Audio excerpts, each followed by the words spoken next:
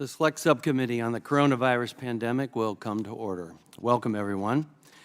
At the discretion of the Chair and pursuant to an agreement with the Committee on Energy and Commerce, the Chairman and Ranking Member of the Committee on Energy and Commerce, Subcommittee on Oversight and Investigations, Mr. Morgan Griffin and Ms. Kathy Castor are permitted to participate in today's hearing for the purposes of questions and give 3-minute opening statements. Without objection, pursuant to Clause 4A, 3A of House Resolution 5 and Clause 2J, 2C of House Rule 11, the Chair may recognize staff of the Select Subcommittee for questions for equal periods of time, not to exceed 30 minutes per side.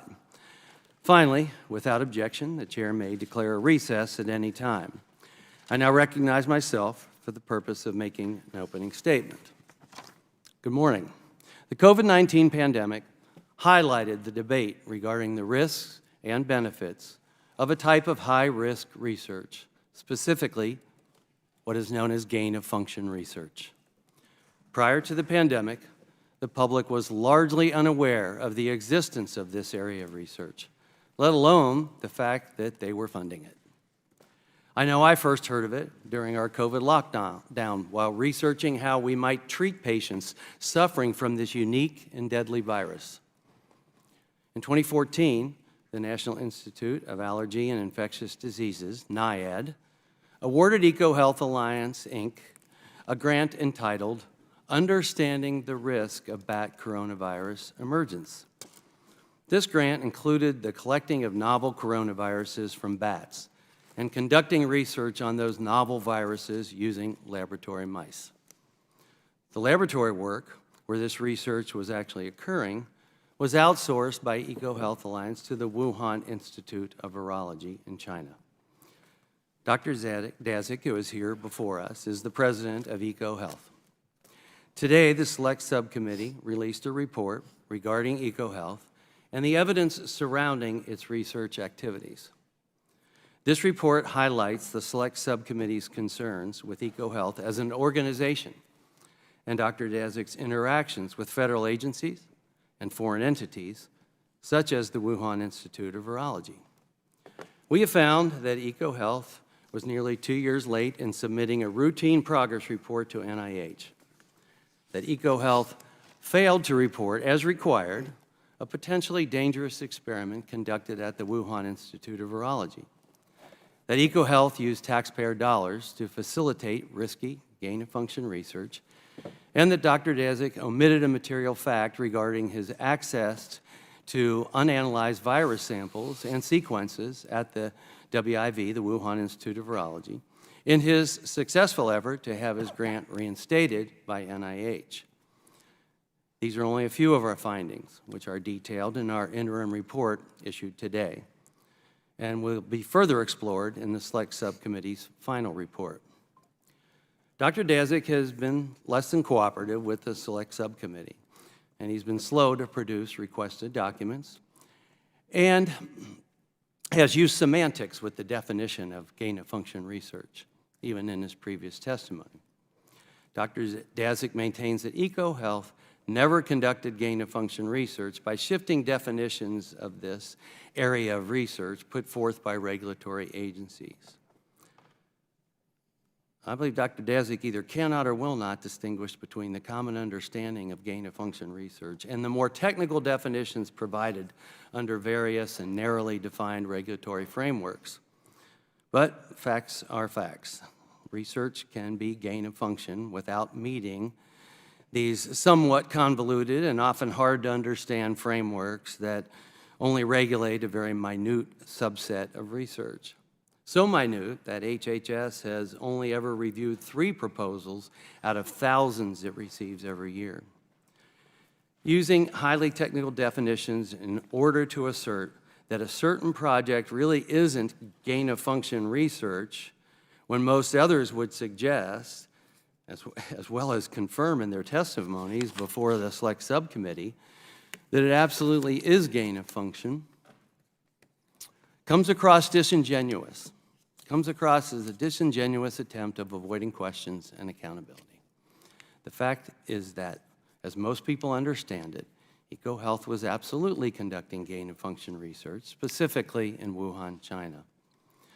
Unfortunately, Dr. Daszak's problematic behavior is not limited to his less than fulsome cooperation or the risky research that he conducted. Recently released documents display Dr. Daszak communicating with Dr. David Morens, who was senior advisor to then NIAID Director Dr. Fauci, and doing so through private channels to avoid FOIA, Freedom of Information Act. Dr. Daszak and Dr. Morens shared information, ideas, and strategies about how to best proceed to reobtain funding for this risky research after Dr. Michael Lauer had terminated Dr. Daszak's grant. Dr. Morens provided Dr. Daszak with internal NIH deliberations and discussions concerning the suspension of EcoHealth's grant, along with assurances that Dr. Fauci and NIAID would seek to mitigate the damage done to EcoHealth.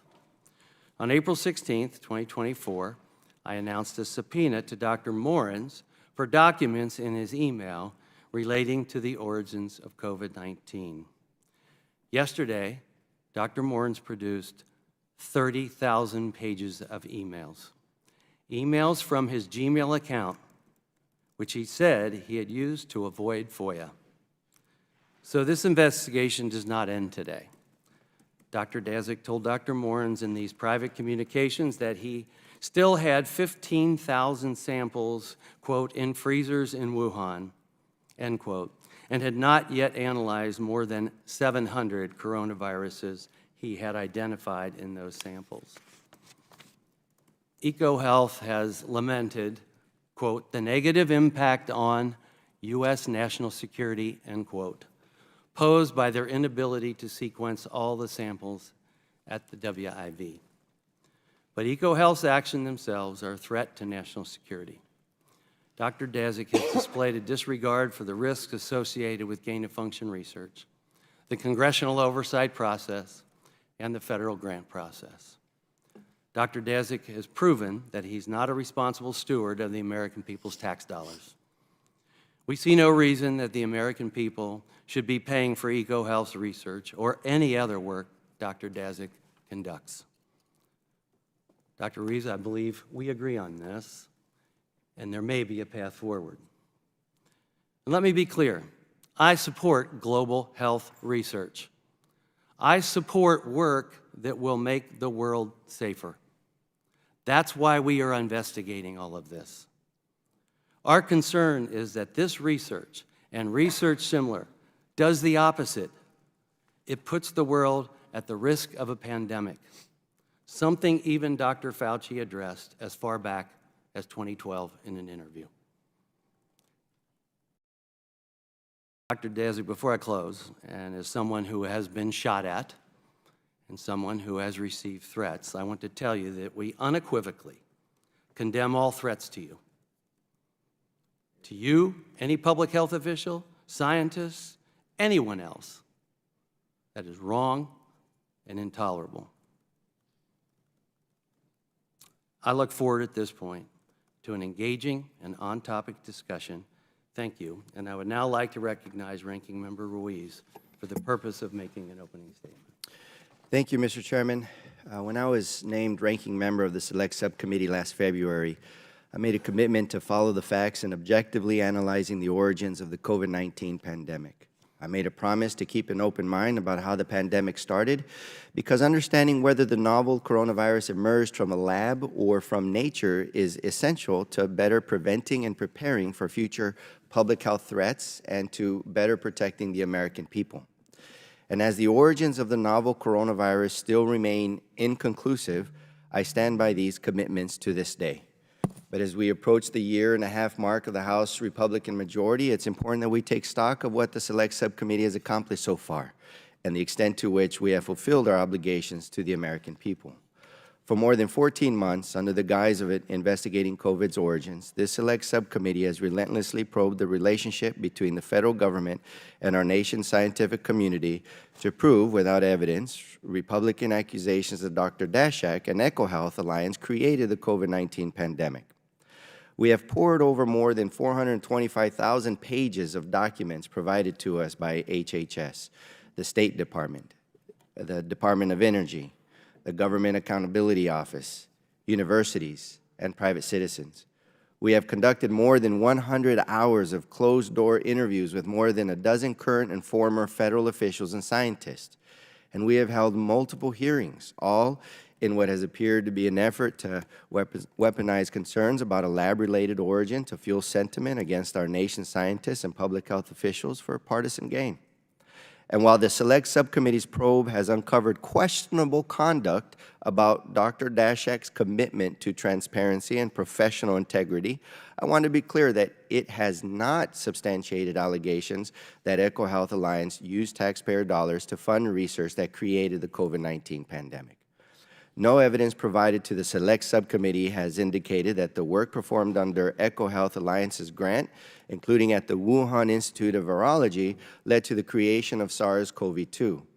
These viruses are too genetically distant from SARS-CoV-2 to be its progenitor virus, and the majority has uncovered no tangible proof of other viruses included in work pursuant to the EcoHealth Alliance grant, leading to the creation of the COVID-19 pandemic.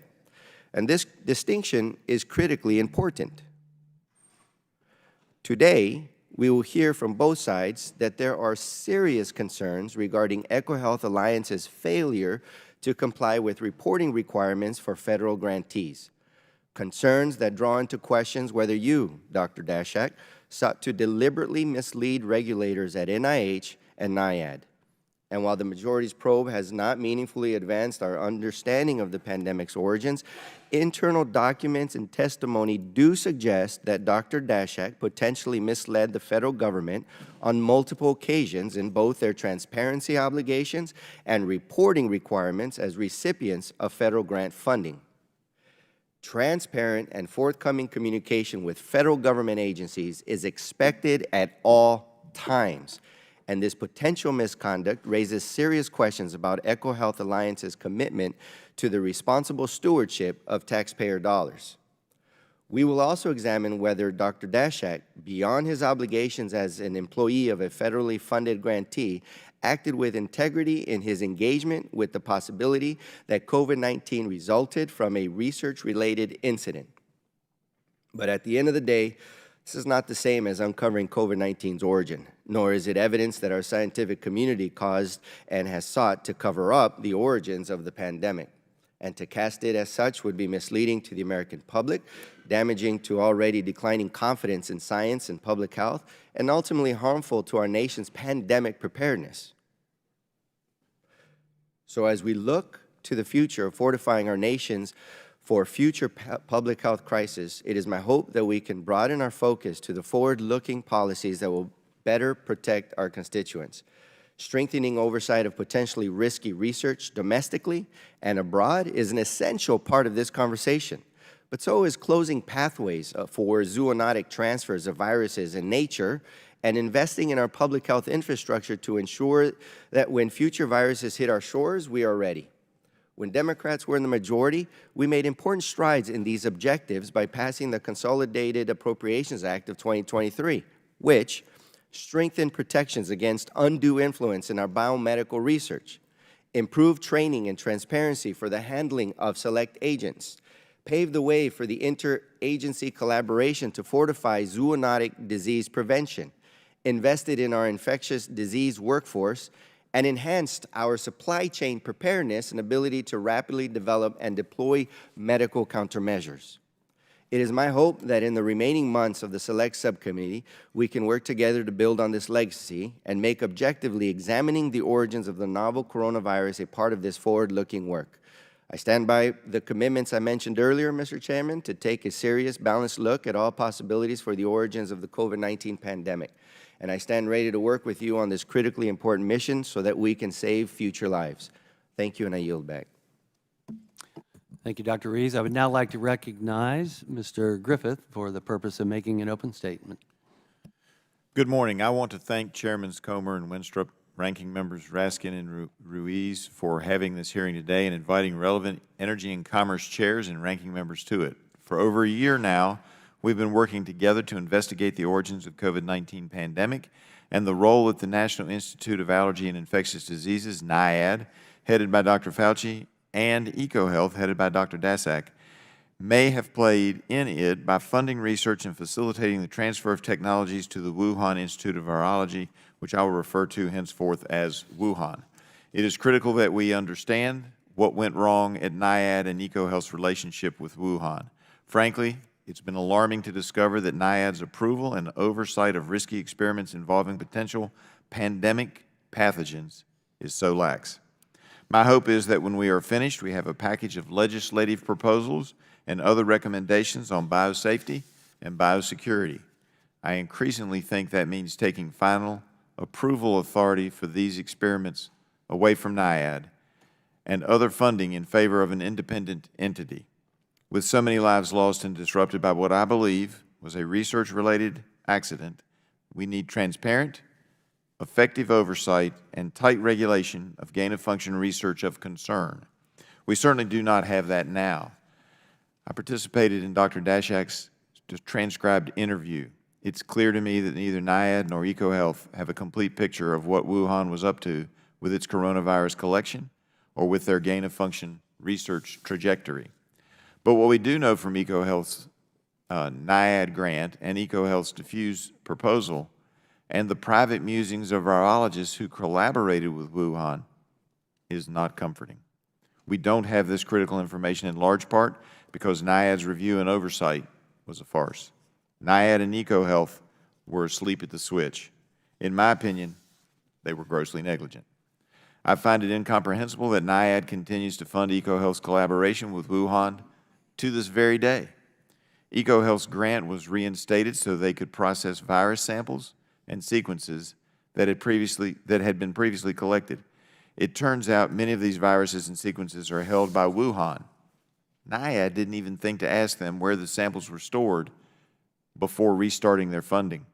Even after COVID-19 at NIAID, it's just business as usual.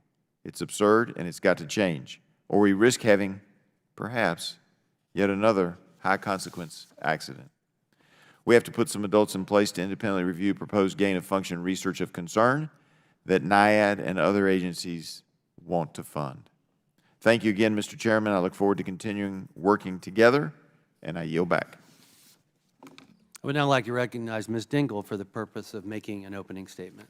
Thank you, Mr. Chairman and Ranking Member Ruiz and Chairman Griffith, who I sit on Energy and Commerce with as well. I want to echo the thoughts of my colleague, Ranking Member Ruiz, in that we must focus our attention on the future and how we can best protect all Americans from and against future pandemic. Sowing distrust in the scientific and medical communities is not a way to accomplish this goal. While I agree, and I think most of us on this dais, both sides today do, that EcoHealth Alliance has proven to be careless and imprecise with their federal funding, contrary to what we expect and demand of any federal grantee, this does not mean we should throw out the baby with the bathwater, as my Republican colleagues seem to be suggesting. The National Institutes of Health and the National Institute of Allergy and Infectious Diseases serve important functions in medical and scientific research to advance the health of all Americans in the world, and they have done good work in the past, and we want that good work to continue in the future. The EcoHealth Alliance grant did reveal some weaknesses in the reporting systems that were in place at NIAID, but it's important to note that in conjunction with their Office of Inspector General, NIAID has already taken steps to rectify these issues. The investigation detailed how EcoHealth was not able to secure underlying documents from its subgrantees about important coronavirus research happening in China, and that this limited NIAID's ability to determine if EcoHealth was compliant with its grant terms. NIH and NIAID have already implemented recommendations from the OIG, including ensuring sub-award agreements contain all required terms and guaranteeing that prime awardees can access all research records conducted at the sub-recipient locations. These changes apply to all grantees. This investigation has not looked into these policy changes and how they will improve the information sharing between grantees and the NIH and NIAID going forward. It's only focused on the past. Throughout this investigation, my Republican colleagues have been trying to cast blame for the COVID-19 pandemic on Dr. Collins and Fauci. And as we have seen time and time again, it's contrary to the evidence. So now they are shifting to blame a wider swath of dedicated public servants at NIH and NIAID based on the bad actions of a single grantee. We should be holding today's witness accountable, of which we have bipartisan agreement. But this should not distract us from our ultimate goal, future pandemic preparedness. Strengthening our scientific community to prepare for any future pandemic is our best course of action. And I yield back, Mr. Chairman. Thank you. Our witness today is Dr. Peter Daszak. Dr. Daszak is the president of EcoHealth Alliance, Inc. Pursuant to Committee on Oversight and Accountability Rule 9G, the witness will please stand and raise his right hand. Do you solemnly swear or affirm that the testimony that you are about to give is the truth, the whole truth, and nothing but the truth, so help you God? Thank you. Let the record show that the witness answered in the affirmative. The Select Subcommittee certainly appreciates you for being here today, Dr. Daszak, and we look forward to your testimony. Let me remind the witness that we have read your written statement and it will appear in full in the hearing record. Please limit your oral statement to 5 minutes. As a reminder, please press the button on the microphone in front of you so that it is on and the members can hear you. When you begin to speak, the light in front of you will turn green. After 4 minutes, the light will turn yellow. When the red light comes on, your 5 minutes has expired, and we would ask that you please wrap up. I now recognize Dr. Daszak to give an opening statement. Chairman Winstrup, Ranking Member Ruiz, distinguished members of the Select Subcommittee on the Coronavirus Pandemic, it is a privilege to come before you today to discuss the vital research that EcoHealth Alliance conducts globally and to answer your questions about our work. I respect and appreciate the critical mission of your Select Subcommittee, which is why I have volunteered to testify before you today and similarly volunteered on a full-day transcribed interview with the subcommittee last November. I am Peter Daszak, President of EcoHealth Alliance, a 501c3 nonprofit based in New York, founded in 1971 with a mission to conduct research on emerging disease threats to the U.S., to identify the underlying causes of pandemics, and develop solutions to prevent them and to benefit conservation. EcoHealth Alliance scientists have worked in partnership with U.S. federal agencies since the early 2000s, with significant funding support from dozens of leading government and philanthropic donors. With funding from the National Institutes of Health, we mapped the global spread of high-path avian flu and showed its potential to enter the U.S. via trading partners in Canada, information that the Government Accountability Office used to recommend better targeted strategic surveillance by the USDA. With support from the Department of Homeland Security, we mapped the likely introduction of emerging diseases via air travel and trade and the threat they represent to U.S. public health and agriculture. With funding from the National Institutes of Health, we identified the origins of the highly lethal Nipah virus and discovered bats are the wildlife reservoirs of MERS, SARS, and a new viral disease that threatens global swine production. In all of our federally funded projects, we have maintained an open, transparent communication with agency staff, rapidly provided information critical to public health and agriculture, uploaded data and genetic sequences into the US-based NIH GenBank database, and published our analyses in scientific journals so that scientists everywhere can use this information. EcoHealth Alliance's mission has taken us to places around the world where viruses originate, in countries that represent our first line of defense against novel diseases. Our work in foreign countries can only happen with the approval of the US funding agency and of the host country government. In China, with approval from NIH and the State Department, we partnered with the country's leading virology lab in Wuhan to do this work, just as many other US government-funded institutions have done. Our 15 years' work in China provided direct public health benefits to the American people, with Chinese scientists publishing their papers in US-based journals and uploading critical China viral genetic sequences into NIH's GenBank database. The viruses that we identified in bats in China were used by US labs throughout the COVID pandemic and continue to be to test drugs, vaccines, and therapies that saved countless lives. EcoHealth Alliance's work is a matter of the public record via dozens of scientific publications, media interviews, and public lectures given before, during, and after the emergence of COVID-19. For years, we repeatedly briefed the US government, international agencies, and spoke to the press and public about the risk of a coronavirus outbreak emerging in China from bats. Unfortunately, in 2019, just as we predicted, a bat-origin SARS-related coronavirus emerged and spread in the city of Wuhan, leading to the global COVID-19 pandemic.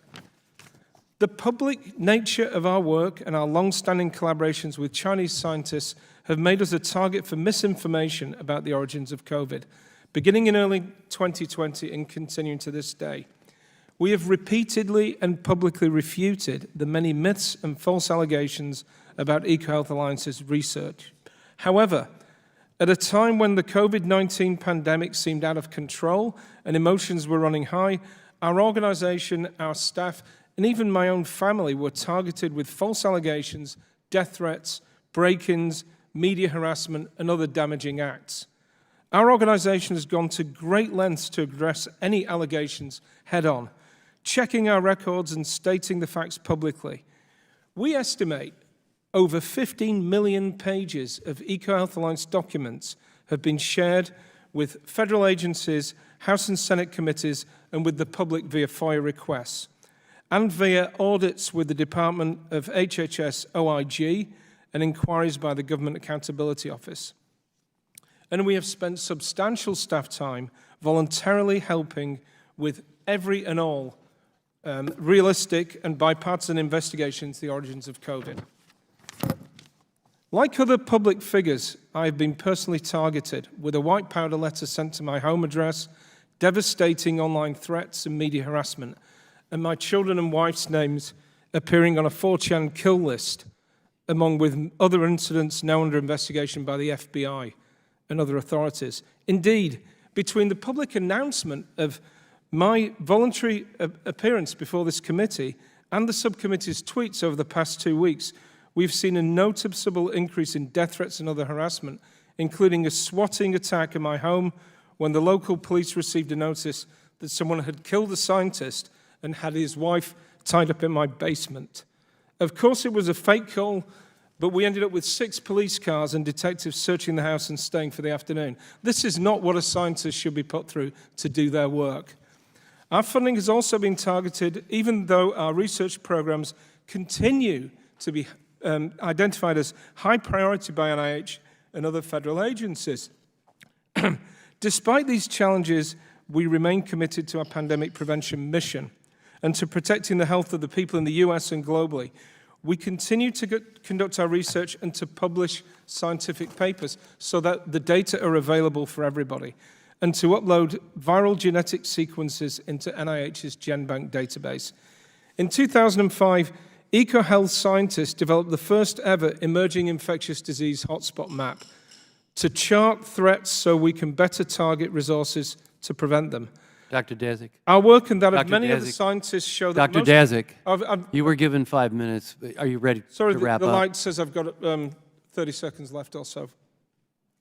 I've just got a short period here. You've gone over. Go ahead. Our work Finish. and that of many other scientists show that most pandemics originate from animals, mainly wildlife, in rapidly developing countries where people and animal come into direct contact.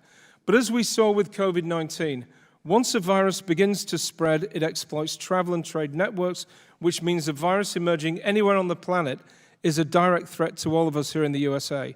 Thus, our research has direct benefits for the public health of the American people, strengthens national security, and enhances sustainable economic growth in our allies around the world. Thank you for your attention. I look forward to your questions.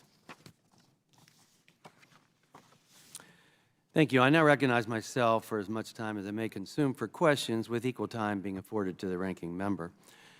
Dr. Daszak, my time is limited, so as much as you could limit your answers to yes or no for now would be greatly appreciated. In 2018, did you submit an application for funding to DARPA for a project entitled DEFUSE? Yes, EcoHealth Alliance submitted On this a proposal, did you collaborate with Ralph Barrick from the University of North Carolina? UNC was one of the co-investigators on the proposal, yes. With Dr. Ralph Barrick? Yes, he was on the proposal. On this proposal, did you collaborate with Zhengli Shi from the Wuhan Institute of Virology? Yes, they were involved in the proposal. Were there any other Chinese collaborators on this proposal? I don't know. I'd have to check the proposal, but I think it was just that organization. I'm not sure. The organization being? The Wuhan Institute of Virology. Thank you. So others maybe from the Wuhan Institute of Virology? It'll be in the proposal. I've got a copy if you want to. We'll take a look at that.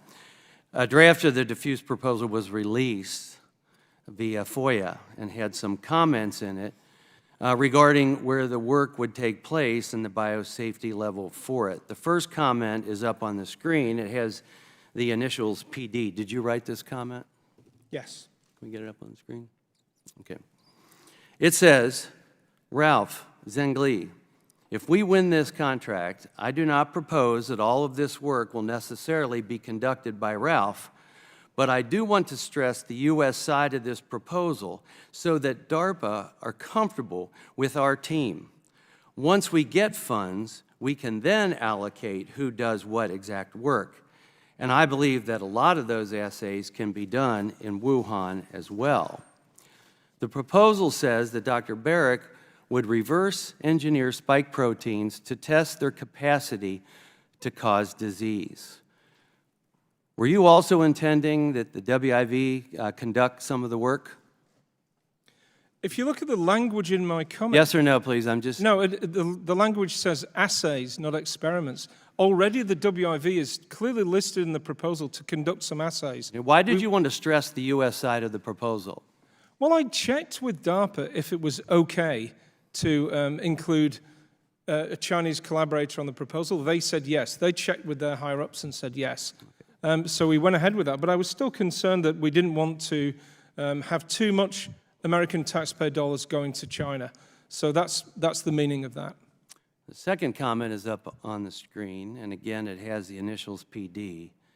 Did you write this comment? Yes. It says, I'm planning to use my resume and Ralph's, period. Linfa, Zhengli, I realize your resumes are also very impressive, but I'm trying to downplay the non-U.S. focus of this proposal so that DARPA doesn't see this as a negative.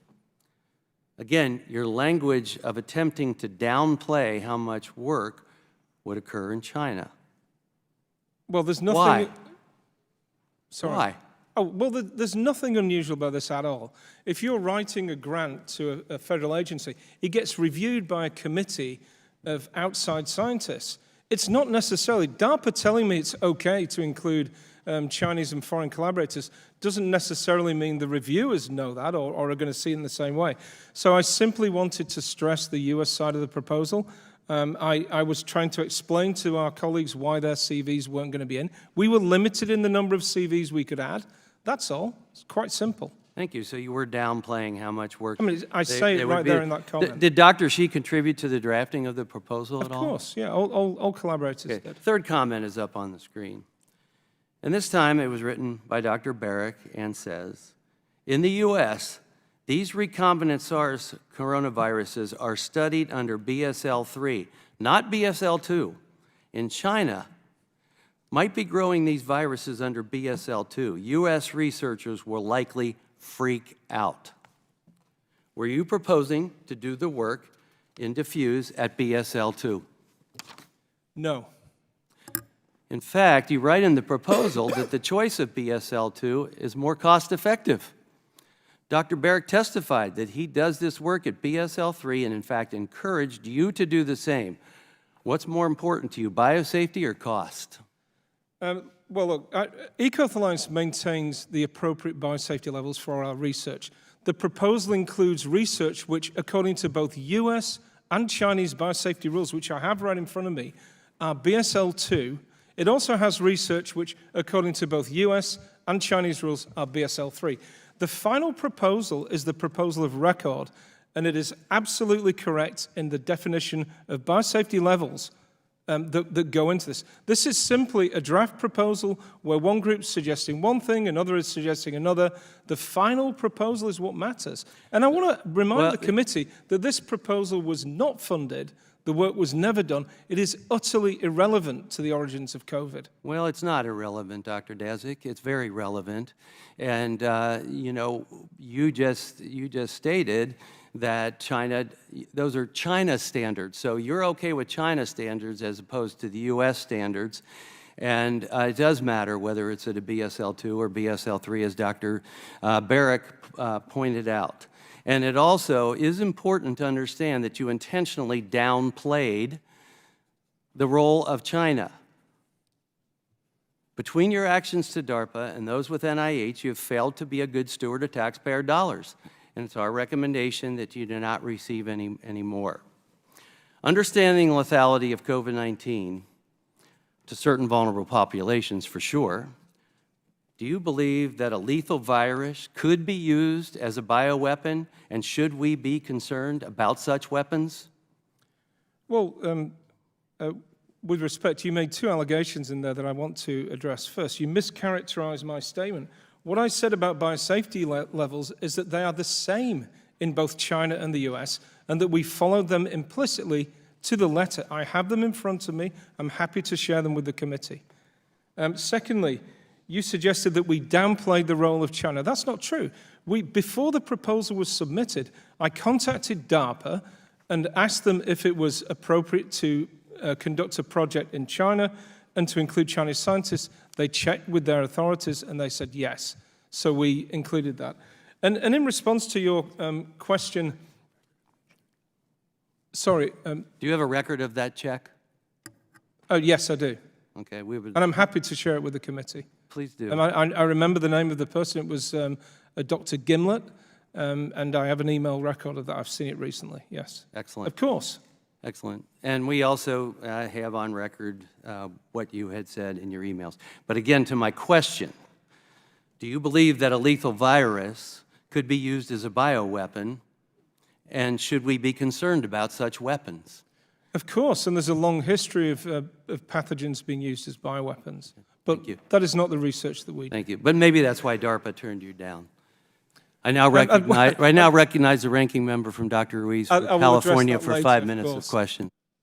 I'll go ahead and let you address that for a few seconds. Thank you very much, Dr. Ruiz. DARPA turned us down for whatever reasons DARPA had. The only information we received from DARPA about the reasons for turning us down was an exit interview, which I have contemporaneous notes from, which I'm happy to share with the committee. In no instance did they suggest that the reason for turning down was because of safety issues. In fact, they said it was an excellent proposal. They didn't have enough money to fund it. They came back to us later to try and fund portions. Or that it was a bioweapon research. Period. Sorry. Dr. Daszak, did they turn you down because they thought somehow there was going to be bioweapon research in the lab? Absolutely not.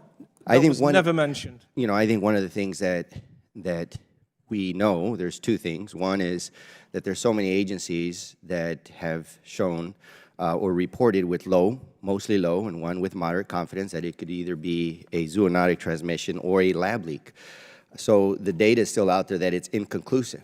But one of the things that they clearly state is that it was not bioweapon research.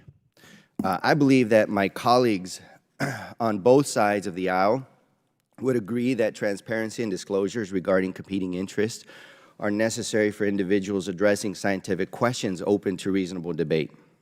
In February 2020, The Lancet published a statement signed by an international group of scientists who stood together to, quote, condemn conspiracy theories suggesting that COVID-19 does not have a natural origin.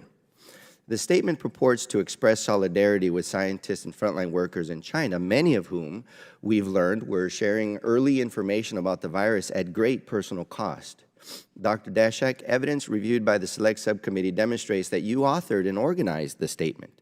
Is it still your view that all theories suggesting that COVID-19 has a research-related origin are conspiracy theories? No, we take all theories seriously. We looked at every single theory that's emerged. Well, I'm glad that there's been a shift in your thoughts and that you agree, because whether the virus came from a lab or from nature is still unknown. 2 federal agencies still assess with low and moderate confidence that the virus originated in a lab, and 4 government agencies still assess with low confidence that the virus emerged from nature. But the Lancet statement that you authored summarily attempted to close that question, understanding that your funding and ability to partner with the Wuhan Institute of Virology relied on relaxed scrutiny of research-related origin theories. So let me ask you, why did you decide not to declare a competing interest? Well, first of all, Dr. Rees, the conspiracies that we were talking about in the Lancet lecture at the time, in February 2020, were things like there are HIV inserts into the virus, that the virus contains snake DNA, that it's a bioengineered virus. Those are pure conspiracy theories. There is no evidence at all for them, and they're based on myth and legend. So that's what we were talking about at the time. So why did you decide not to declare a competing interest? I did declare a competing interest. So There's a the full Lancet statement later requested that you expand on your initial disclosures. In turn, you elaborated on your coronavirus work in China. However, your updated disclosures do not explicitly acknowledge that you had partnered with the Wuhan Institute of Virology. That is a glaring omission, particularly when, as you stated at your transcribed interview, your updated disclosures are otherwise extremely detailed. Dr. Daszak, why did you decide not to name the Wuhan Institute of Virology in disclosures of your coronavirus work in China? Well, I want to point out that the competing interest statement that we published in Lancet is longer than the original letter. It contains the most detail. It could have 1,000 words, 2,000 words. The fact of the matter is that you didn't disclose the competing interest. And at one point, you agreed with your colleagues that you should not sign the statement and offered that you should not sign the statement and offer that you would release it, quote, in a way that doesn't leak it back to our collaboration. So I'm going to list a series of actions you took before and shortly after the statement publication. So so one second, let me just finish this list. You requested the Lancet not designate you as a corresponding author. You arranged for the Lancet to feature the eventual 27 signatories as co-authors in alphabetical order. You created a COVID-19 statement Google Mail address for reader correspondence. You directed one of the statement signatories to take a press inquiry you had personally received. Dr. Daszak, did you take those actions so that the Lancet statement would not, in your own words, link back to your collaborations? No. Those actions were taken because, as we state in, I think, the final sentence of the statement, this is a 300-word statement to show support for scientists fighting a pandemic. At the final phrase, we say, we speak in one voice. All of us, all 26 people are leaders in public health. There are people authors of that letter that are far more higher ranked in the system than I am. It was inappropriate for me to be first or corresponding author because we speak as one voice. We state that clear in the letter. We all felt very strongly about it. And I want to remind the committee that almost all of those authors followed up with a renewed letter to Lancet to continue support for that original letter about a year later. So, let me be clear here. I categorically condemn the threats you and other scientists or public health officials have received due to extreme accusations, like we've heard from some of my colleagues.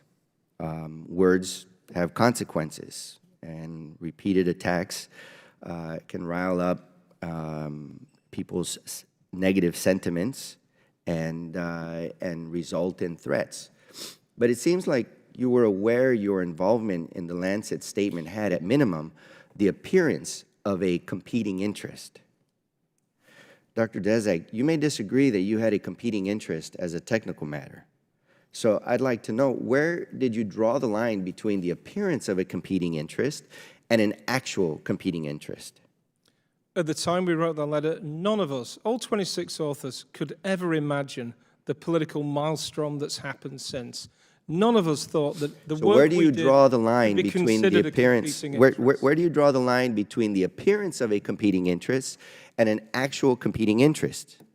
Well, in the case of the Lancet letter, we filed our submission. In the case of all your disclosures and Yeah. all the debate, where you didn't say that Wuhan was a subsidiary of your grant, like where do you, you were doing subsidiary work at Wuhan, where do you draw the line between telling folks that yes, you in fact were subgranting research at Wuhan, and yet you're debating whether or not this came from Wuhan? I think you'll find in my competing interest, I state that we've done extensive work with multiple organizations in China. Yeah, multiple The- organization in China is a way to skirt around the fact that it was 20 Wuhan. years of research It's with Wuhan. with I mean, the dozens one lab that we're interested in here is Wuhan, right. and yet you say multiple labs. So, Dr. Daszak, my heart goes out to you and your family. I really feel for you and your family for the attacks that you guys have endured. But, I can appreciate the importance of solidarity with scientists fighting COVID-19, sharing information about the virus, yet facing resistance from their government. We saw the same during the Trump administration, but your failure to declare a competing interest, coupled with your efforts to disperse apparent authorship among the signatories, deprived the public of important context when reading the statement.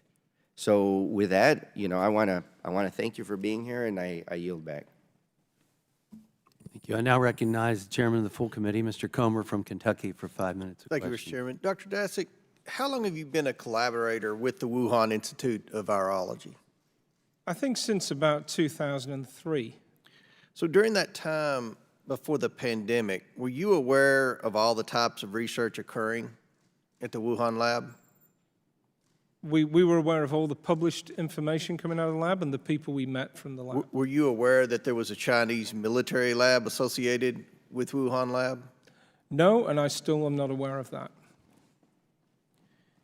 In the fall of 2019, the Wuhan lab virus database was taken offline. Have you ever seen its full virus database? No. To your knowledge, did the Wuhan Institute conduct coronavirus research that did not involve EcoHealth? Yes. In kind of standard procedure, do researchers publish every virus they find or every experiment they conduct? And they try and publish most eventually. So is it possible the Wuhan Institute has viruses or conducted experiments that they never published? Yes. So you've testified to your lack of knowledge regarding activities at the Wuhan lab. Is it possible COVID-19 was the result of a lab leak? I've publicly stated that many times, including as a member of the WHO mission to investigate the COVID origins. All of us in the group unanimously So yes, voted that it's possible, correct? that it was possible but extremely unlikely, based on the evidence we have. Dr. Daszak, the U.S. intelligence community has been investigating the origins of COVID-19.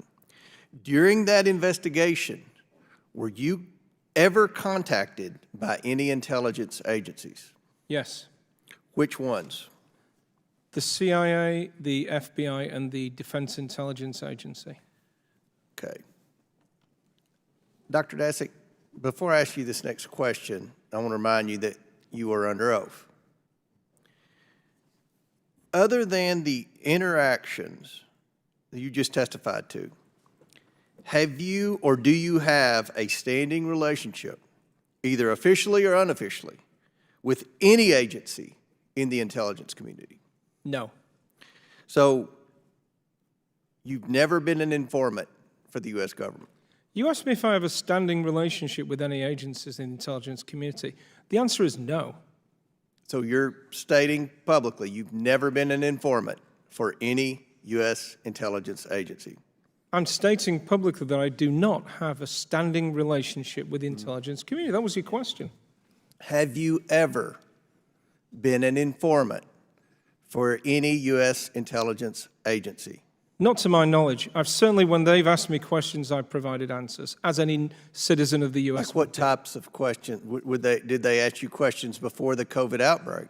I've spoken with FBI before the COVID outbreak, of course. So you had communications with the intelligence community before the outbreak of COVID? The FBI was a member of the Forum on Microbial Threats, which I'm the chair of, so yes. Only in that context. Like what types of conversations did you talk about prior to the outbreak of COVID? Talk about emerging disease threats and what information we have about where on the planet the next virus is likely to emerge. Did the U.S. Certainly talked about China and the threats of coronaviruses. So did the U.S. intelligence community know what was going on in the Wuhan lab? That's a question for the U.S. intelligence agency. I mean, we've supplied any information to any government agency. So the U.S. intelligence agency was interested, because you had conversations with them prior to COVID, in what type of activity was taking place in the Wuhan lab. And I believe they've asked many other scientists too. How familiar would you state that the intelligence community was with what was going on in the Wuhan lab? Did the intelligence community believe that the Wuhan lab was being used by China to manufacture bioweapons? Well, that's really for the intelligence community to answer. But in the public statements that they've made, two agencies, I think, have low to moderate confidence that there was some activity, and the other agencies were unable to comment. So I'm not sure they do have much information. Do you find it troubling that, by all accounts from your testimony, the intelligence community suspected something fishy was going on at the Wuhan lab? Despite that, they still funded research with American taxpayer dollars at the Wuhan lab? Well, I don't know that the intelligence community funded research there, but the government did, and the intelligence community is part of the government. Sure. Sorry, I misunderstood your question. I don't find it troubling at all. I don't think it's unusual, because the only two intelligence agencies, from my recollection, have any belief that that may have been involved in a lab origin of COVID, and they have low to moderate confidence. I just don't think the data are there to support that, and I think that the evidence that this came from a natural spillover is huge and growing every week. My time's expired. Mr. Chairman, I yield back. I now recognize Ms. Dingell from Michigan for 5 minutes of questions. Thank you, Mr. Chairman. In 2018, EcoHealth submitted a grant application titled Project DEFUSE to DARPA. And although DARPA ultimately rejected the application, it proposed experiments to introduce furin cleavage sites into coronaviruses that has, as we all know, since met controversy. For context, furin cleavage sites are an attribute found in some viruses, including SARS, CoV-2, that can help make these viruses more infectious. Dr. Daszak, did Project DEFUSE propose that the Wuhan Institute of Virology perform the furin cleavage site experiments? No. Do you have any knowledge of the Wuhan Institute of Virology or UNC ever performing the furin cleavage site experiments? No. You have none? No. Your answers appear to be consistent with your transcribed interview testimony about Project DEFUSE's proposed furin cleavage site experiments. However, Republicans have suggested that your testimony today and previously is materially inconsistent with a comment you made on a recently released draft of the Project DEFUSE application. You wrote that you, quote, want to stress the U.S. side of this proposal so that DARPA are uncomfortable with our team. Once we get the funds, we can then allocate who does what exact work, and I believe that a lot of these assays can be done in Wuhan as well. Republicans have suggested that this comment is inconsistent with your testimony about where particular Project DEFUSE experiments would be conducted. However, it's not entirely clear that the furin cleavage site experiments you've tested about today and previously are the same work being referenced in your comment. And I would like to note that the final Project DEFUSE proposal does in fact reference certain lab work to be conducted in Wuhan. Dr. Daszak, is your testimony about the proposed furin cleavage site experiments at UNC inconsistent with your comment about lab work in Wuhan? Absolutely not. And as you can see from the sidebar comment and the draft proposal that you're referring to, I was talking about assays. Assays are things like PCR tests, like the COVID tests we all take. They use non-infectious particles. They're not infectious agents. The infectious work involving recombinant viruses is clearly laid out in the proposal to be done at UNC. And I want to remind the committee again that this proposal was never funded and the work was never done. Well, thank you for clearing that up. But I do want to note, however, that it appears that you intended to mislead DARPA about the extent of Wuhan's involvement at the time you made this comment. You told the chairman that you saw nothing unusual about this. It kind of raises some questions for me. It's not so easy. So I guess I'd like you to talk about that a little more. Dr. Daszak, why did you even entertain the thought of minimizing and apparently omitting the extent of Wuhan's involvement? Well, I did talk to the DARPA staff right at the beginning when we started planning this proposal and asked them straight up in an email chain, is it okay to propose this to work with the colleagues in China on coronaviruses from China? They said yes. So there was no intent to hide any China involvement. They're in the proposal. And what matters is the record of the proposal, not what's written in a draft months earlier that was then rejected by our internal deliberations. The record of the proposal that was submitted clearly lays out the work plan and indicates each lab and what work it's going to do. DARPA reviewed that, they saw it, they had oversight over that. If then, when they said, yes, you got the go-ahead to be funded, we would then have submitted work plans. If I wanted to change where one or two of the assays were done, I would then propose that to DARPA. They would have complete authority and oversight over whether that happened or not. So there was no attempt to deceive at all. There are appearance issues here. So that's why I want to say my Democratic colleagues and I want to emphasize the importance of transparency. We believe in a full accounting of facts, and I believe we have been very fair with you. We won't accuse you of creating COVID-19 because that's simply not what we can do with the available evidence. It doesn't demonstrate it. And we will give you the opportunity to respond to allegations, Republican allegations that may not hold water. But to the extent that you have considered misrepresenting facts or done so, we will consider that a very serious mistake. And with that, I yield back, Mr. Chairman. Thank you. I now recognize Mr. Griffith from Virginia for 5 minutes of questions. Thank you, Dr. Daszak. I'd like to walk through an inconsistency we have identified in your in this investigation in your testimony. I would request unanimous consent to move 3 documents into the record. The first is the draft progress report dated May of 2020. The second, the Year 5 progress report submitted to NIH in August of 2021. And the last is an excerpt from Dr. Daszak's transcribed interview of November. Without objection. The first document is an earlier draft of the Year 5 progress report that was originally due in September of 2019 that was sent to the committee by an anonymous whistleblower. You should have that now. That's this document here. Yep. It appears that this version was updated on, or last updated on May 26, 2020, which was about 7 months after it was due, and about 16 months before you would submit it, or submit a document, to the NIAID in August of 2021. I'll also note that we have repeatedly requested the drafts of these progress reports from EcoHealth, but the drafts, including this one, have not been produced. In the version you submitted to NIAID in August of 2021, in talking about transference from bats to humans, you stated, or the report stated, there may be as many as the low hundreds of thousands to over a million people infected each year in South China and Southeast Asia. This statement has since been repeated in multiple news articles for the proposition that direct bat-to-human spillover of viruses is a common occurrence.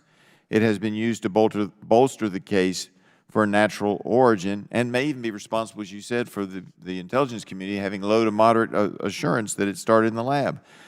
But the May 2020 draft of Year 5 Progress Report reached a different conclusion with the same data. This is still your people. And you stated in that one, quote, "The low rate of seropositivity observed in this study indicates that the bat coronavirus spillover is a rare event." Rare or up to 1 million? So as of May 2020, EcoHealth was in the opinion that a spillover of bat viruses into people was a rare event, but when you finally sent this report to NIH, the report stated that spillovers infected potentially 1 million people each year in South China and Southeast Asia. Now, in addition to the draft being materially different, this May 2020 draft also contradicts your transcribed interview testimony. During the interview, I specifically asked you, and I asked you directly, whether the 2021 version of the Year 5 Progress Report was, quote, "in all respects the same as," end quote, the one that was supposed to be submitted in September of 2019. You testified from the point of view of the work that this committee is concerned about in SARS-related coronavirus. Yes. Then we had a discussion about the fact that there's a couple of committees involved. And you repeated, yes, that there was nothing significant that wasn't in the draft that would have then been put in the final version. That's your testimony under oath. In light of this May 2020 draft of the progress report, I don't know how to interpret your answer to me in the transcribed interview as anything other than untruthful. You changed perhaps one of the most important findings, the likelihood of bat coronavirus spillover into humans from very rare in early 2020 on a report that was due in September of 2019 to possibly over 1 million spillovers annually in Southeast Asia and Southeast China alone by late 2021. There's no new data. There's no new paper cited. Just a complete 180 reversal on the conclusion. Now, Dr. Daszak, this is uncomfortable, but we must know.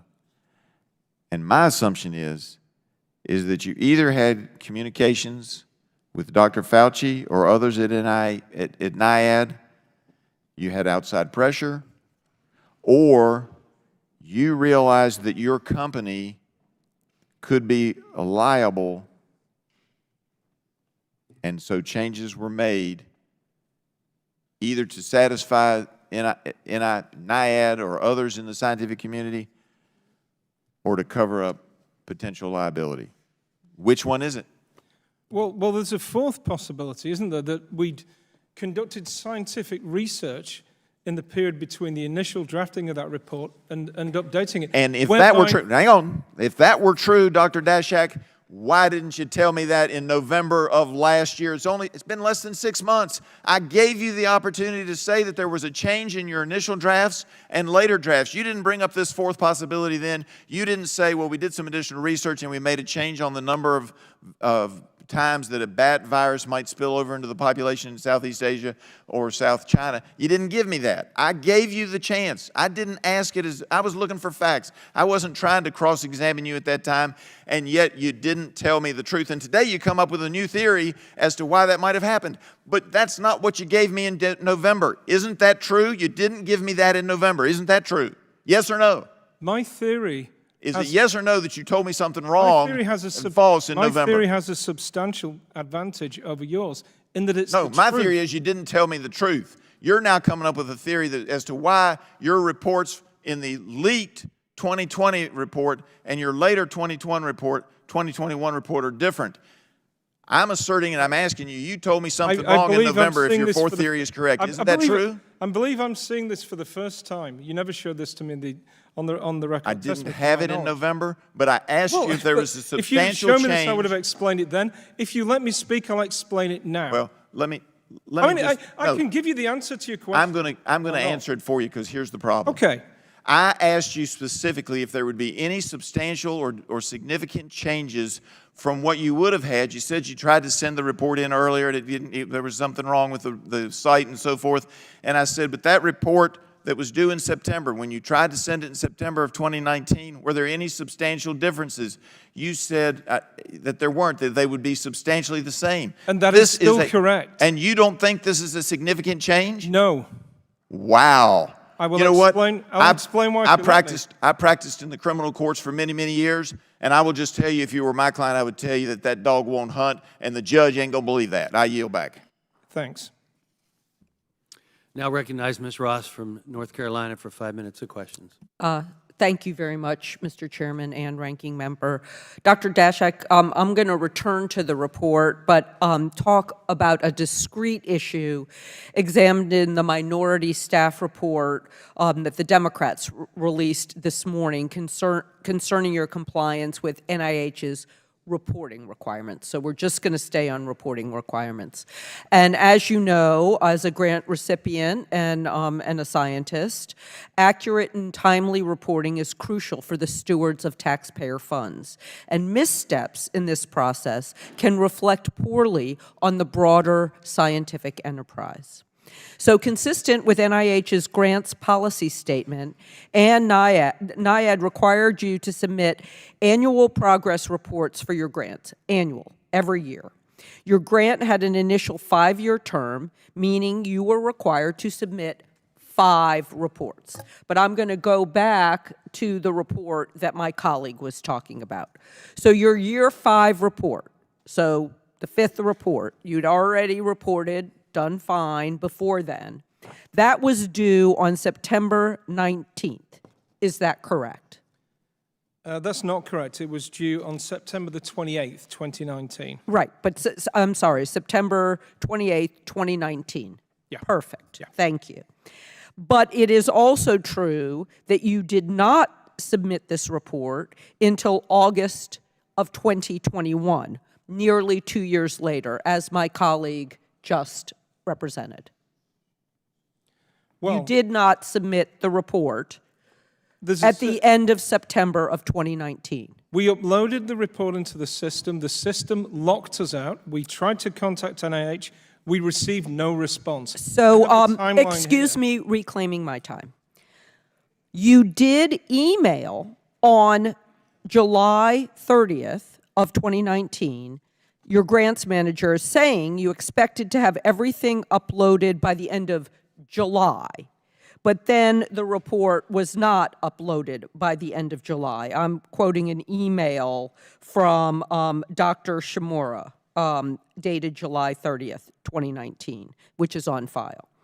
Then HHSIG examined why you submitted the year 5 report nearly 2 years late. And again, you told us about this lockout for the deadline. However, NIH performed an electronic forensic investigation of its report submission system and found no evidence of a lockout. They also found no evidence to corroborate your claims. Additionally, in a transcribed interview with Select Committee staff, the NIH official tasked with your grants compliance believed that you could have submitted the report on time. You have provided us with no documented evidence of EcoHealth's outreach to NIAID about the lockout, and then you stated it didn't exist because you only contacted by phone. That assertion is pretty difficult to square with your staff's previous patterns of communication over the previous 4 years. For example, your staff had emailed twice in July of 2019, once on July 30th, as I previously explained, and then earlier on July 24th. So there was no email on September 29th that said we tried to call you. And in the previous year, you previously emailed a copy of your year 4 annual report to multiple NIAID officers. So there was no email of the fifth year report, the same one that my colleague was talking about. So your staff knows how to communicate. They had for the life of the grant. And then later you claimed that that year 5 report was of little significance because the grant renewal application, it contained experimental results from year 5 of the grant.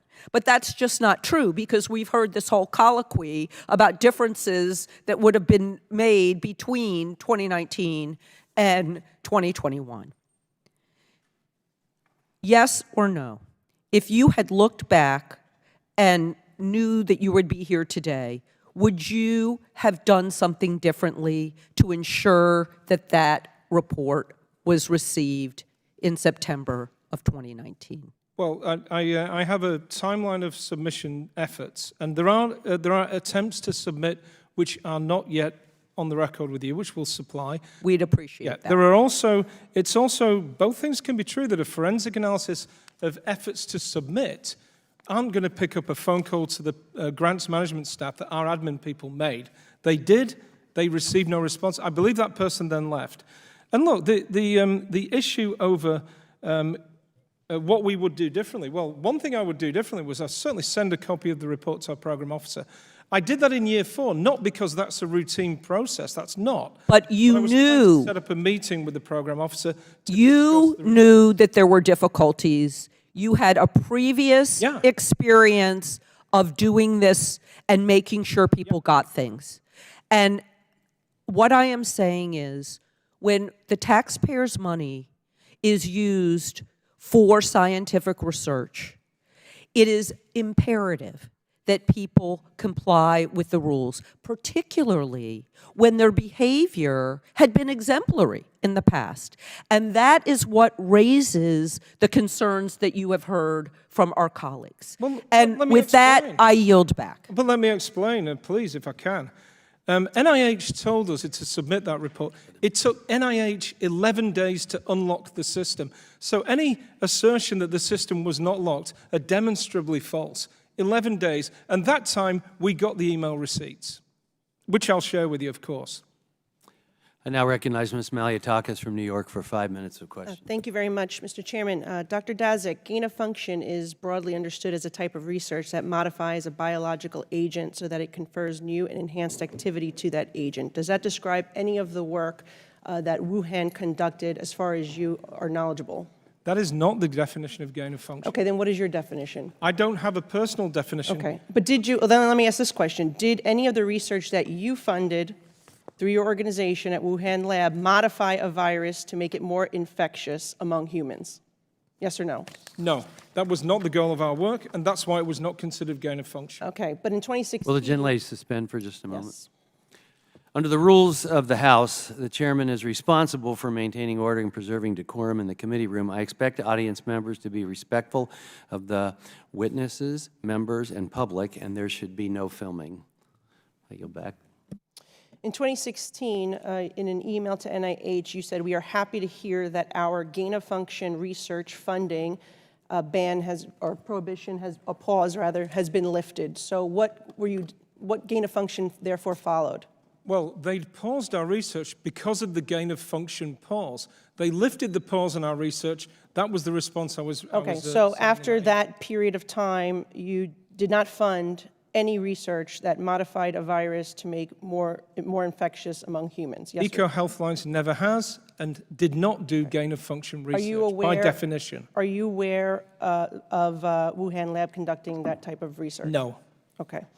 The State Department has indicated ties between Chinese military and WIV since 2017. You testified earlier that you were not aware of any type of military activity at the WIV. I've never seen any. I've never seen any reliable reporting of any. Okay. EcoHealth received tens of millions of dollars from the Defense Department. Did any of this money make its way to the WIV? Not a single cent. Okay. Did any scientific information derived with those funds make its way to the WIV? The scientific information derived from the DTRA work that we do goes to DTRA and the American people. Okay, and so no technology or anything obtained with the funds from the Department of Defense made its way to the WIV? There is no connection between the WIV and the work we do with DITRA at all whatsoever. Okay, thank you. Why did you choose to partner with the Wuhan lab?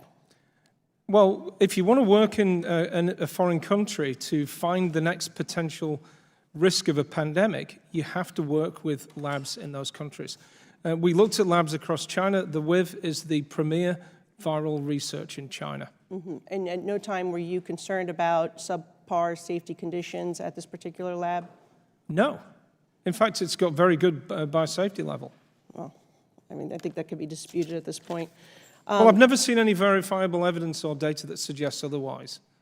Well, I think our intelligence community has shown that they've been operating. No, I've never seen any Okay. verifiable or real data to suggest otherwise. Intelligence community reports behind the, Okay. the I'd like to security turn code, to- and I can't see those. How much has the Eco Alliance received since the outbreak of the COVID pandemic in American tax dollars? From 2020 to today? Our annual operating budget this year is about $16 million, so it's been about 4 years since the pandemic. So given the fluctuation in funding, approximately 4 times $15 or $16 million. Okay. Now, colleagues on both sides of the aisle say that we want to prevent the next pandemic, yet EcoHealth is still receiving tens of millions of dollars to do risky... To prevent the next pandemic. Well, but That's our goal, that's our mission, it's written into our attempting to prevent mission. the next pandemic, you could actually produce one. And No. what I want to, yes, absolutely, yes. No, absolutely not. Okay. That's not. So although funding was stopped at EcoHealth's Alliance work on bat coronaviruses in Wuhan, your researchers are still doing research on bat coronaviruses in Myanmar, Laos, and Vietnam. Is that correct? Yes. Not Myanmar. We're not allowed to work there yet because of political instability. Okay. And are you doing experiments with bats and hamsters on the deadly brain swelling Nipah virus in Bangladesh? I would have to check if we're doing experiments on that. We certainly have funding to work on Nipah virus. It's a very real threat globally and to the American people. And are you infecting humanized mice with zoonotic viruses in Southeast Asia? Not to my knowledge, but I would have to check. And did you obtain $14 million in taxpayer funds to import bats from Asia to create a breeding colony here in the United States at the State University of Colorado? We have a collaboration with CSU to conduct work on a really significant public health threat called Nipah virus. Okay, and now you'll be infecting those bats with deadly viruses, including the Nipah and the Ebola. Are you aware that Colorado State University has had lab accidents in the past? There will be no infection experiments, to my knowledge, with Nipah or Ebola at CSU. That will be done at a BSL-4 facility elsewhere. Okay, I've run out of time. I'll yield back. Thank you. Dr. Daszak, we're going to take some of the questions that you said you'd get back to us on. We'll submit them for the record and get a response. I now recognize Ms. Takuda from Hawaii for 5 minutes of questions. Thank you, Mr. Chair. Doctor, a key issue at today's hearing is your transparency as a federal grantee. There is an apparent gap in understanding between you and NIAID about the status of key bat samples related to your grant. There is an open question about the extent to which this gap may be attributable to omissions or misrepresentations on your part. I'd appreciate your help in understanding this a little bit more. In April 2023, NIAID allowed work to resume on the EcoHealth grant, while barring EcoHealth from providing any grant funds to the Wuhan Institute of Virology. The Select Subcommittee interviewed 2 senior NIAID officials involved in that decision. We were told that part of the logic in allowing the grant to move forward was preserving access to biological bat samples from your prior work. So for context, under the former iteration of the EcoHealth grant, the Wuhan Institute of Virology collected and tested bat samples for the presence of coronavirus. Doctor, it appears that when NIAID renewed your grant, they were of the understanding that you would have access to those bat samples. In fact, in a transcribed interview, a NIAID official testified that you had directly informed her EcoHealth had access to those samples. But in your transcribed interview, you testified that all of the bat samples that WIV had collected under your grant remained in the custody of the WIV. Doctor, do you have physical access to the bat samples the Wuhan Institute of Virology previously collected under your grant? Simple yes or no will suffice. Sadly, we do not. Do you have access to the genetic sequences of viruses found in those bat samples? Yes, we do. At any point, did you as a CEO of EHA demand that your team physically verify and cross-check the sequencing at the Wuhan Institute of Virology? Yes or no will suffice. We cross-check all the information that comes out from all of our collaborators.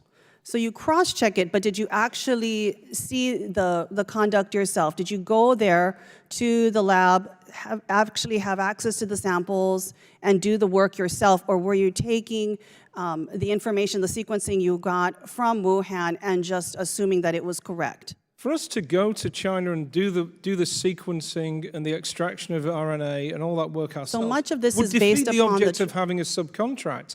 The whole point is that the work is done in China by the Chinese researchers because that's what is the most efficient way to do that work.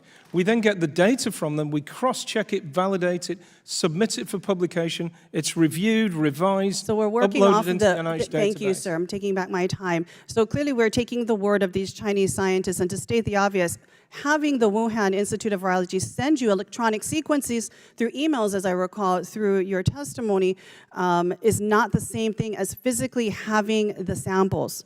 There's nothing stopping the Wuhan Institute of Virology from withholding certain sequences of particular interest or from manipulating sequence data for unknown purposes. In addition, the gap in understanding between you and NIAID regarding the status of these samples is highly concerning to me. Doctor, did you intentionally misrepresent your access to the samples to get your grant renewed by NIAID? Yes or no?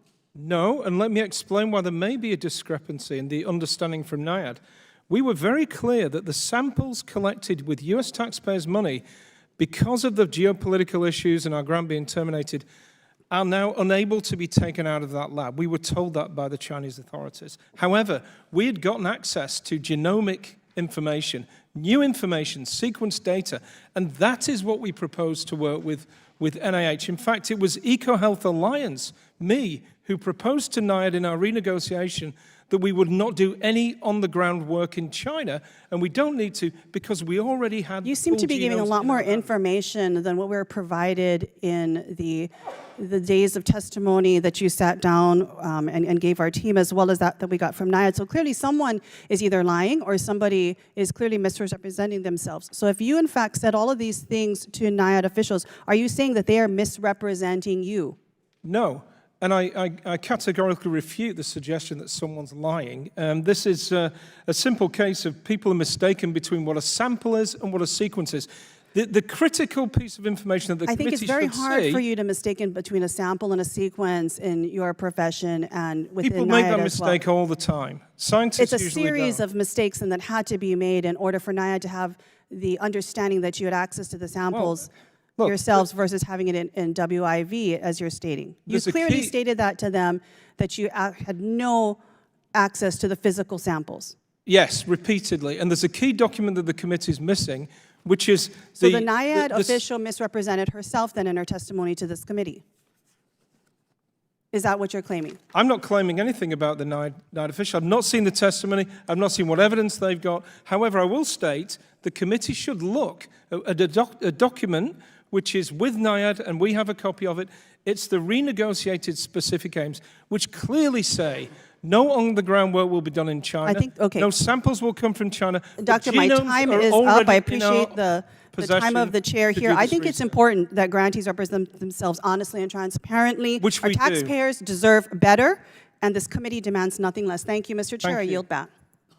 Now recognize Mrs. Miller-Meeks from Iowa for 5 minutes of questions. Thank you very much, Mr. Chairman, and thank you, Dr. Daszak, for testifying before the Select Subcommittee today. I've not been in your place before, and I would say that certainly very challenging. You know, some people would say where I represent in Southeast Iowa is kind of redneck or kind of Hickville. So I think a lot of medical terminology and scientific terminology is very confusing and very confusing to the average person and even the average congressperson. So as I recall, there was under the Obama administration, a pause on gain-of-function research, and that was a 2-year pause that Dr. Fauci helped to communicate, and then also was communicating whether or not that prohibition should be lifted. And as I recall, weren't you in favor of lifting the prohibition on gain-of-function research?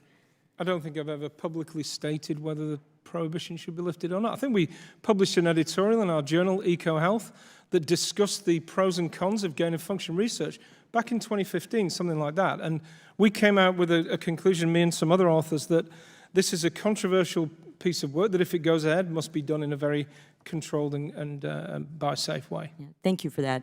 And for your grant, which funded the Wuhan Institute of Virology, you proposed a 1 log growth award term, and this term was in place in case any of the viruses that were being modified grew.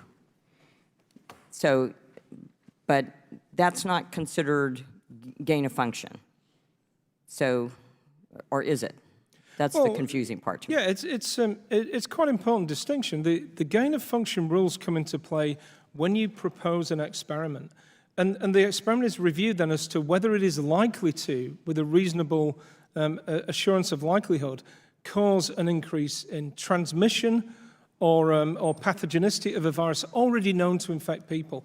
Because the work we were doing was on bat coronaviruses, it was not covered by those rules. It was not considered of any risk to human health because they've never been shown to infect people. That's one of the reasons why it wasn't what about considered. SARS? Did SARS not infect people? Is that The work we were doing coronavirus? was to work with bat coronaviruses and I may be confused, but I think SARS was a bat coronavirus. No, SARS was not a bat coronavirus, Any it's of human the virus. any of the viruses in your experiments, did any of them grow in, as you said, transmissibility or pathogenicity? Not in any way that would cause any reason So for they may concern. have grown in transmissibility or pathogenicity, but that's not gain of function research? Because if you look at the definition of gain of function research, it's to assess whether a human pathogen is likely to be increased by some experiment on it. The viruses we were working on were bat coronavirus. But listen, please don't take my word for it. The NIH wrote to us, and I have the letter here, and said your work is not gain of function and can move ahead. I think it's contested whether the experiments violated the 1 log growth term occurred during the 4th or 5th year of your grant. And then therefore, as we know, there was questions about oversight in your grant. Let me just change a little bit. In your written testimony, can I just respond to that sir, very briefly? Sir? Of course. Thank you. You state that EcoHealth has maintained open, transparent communication with agency staff, rapidly provided information critical to public health, and published analysis in scientific journals so that scientists everywhere can use this information. Very important. You continue by describing how federal funding has allowed you to build capacity in China, which led to you being able to obtain actual public health information from the scientists, which aided your research of SARS virus originating from bats. Based off your remarks in your testimony, would you say that you have responsibly used federal grant dollars? We have responsibly used federal grant dollars. So the HHS Office of the Inspector General. With every oversight issue. So the HHS Office of the Inspector General released a report in January 2023 stating that the National Institutes of Health and EcoHealth Alliance did not effectively monitor awards and subawards, which resulted in missed opportunities for oversight and effective accounting of taxpayer dollars. Amongst the many recommendations of the OIG report included, it stated that EcoHealth should comply with reporting requirements for grants and subawards, as well as implementing enhanced monitoring of how funds are used. I think the point has already been made that transparency is absolutely necessary. The type of research being done in a lab, whether it is overseas or in the United States, is critical that it's done in the proper safety environment, and that the ethics of the research that we're doing should be valid, and we are stewards of taxpayer dollars that should not be used in an irresponsible, non-transparent manner. With that, I yield. Thank you. Thank you. I now recognize Mr. Garcia from California for 5 minutes of questions. Thank you, Mr. Chairman. Thank you, Dr. Daszak. I appreciate you being here, and I want to thank everyone for some good questions that have happened so far. We all know the subcommittee has a critical mission to prevent future pandemics. I think that's why we're all here, and of course, keep Americans safe from threats like COVID. And to the extent we're able to do that here today, I obviously welcome that opportunity.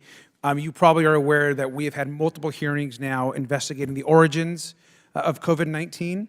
And I want to just remind us that the scientific consensus on this point is very clear, which is that we do not have any conclusive evidence to determine whether COVID sprung from an accidental lab leak or from animal spillover.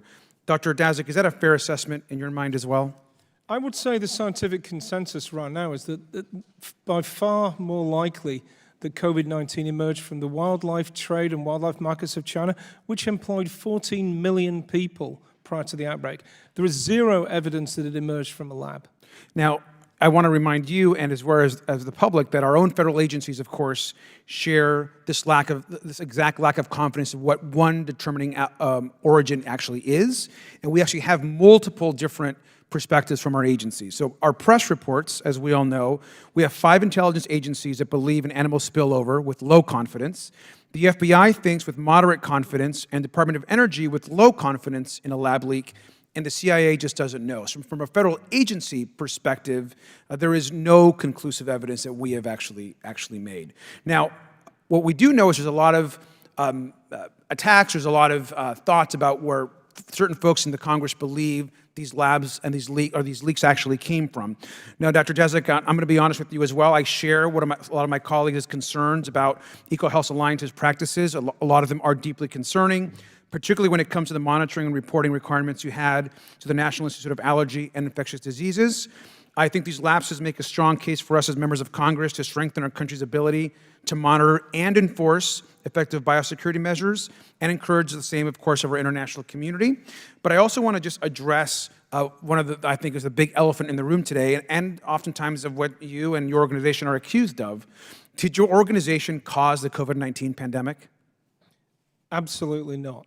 Thank you. And I say that because we've actually heard that have heard that throughout the course of the last few months. And I ask this because we have yet, of course, to focus on real solutions.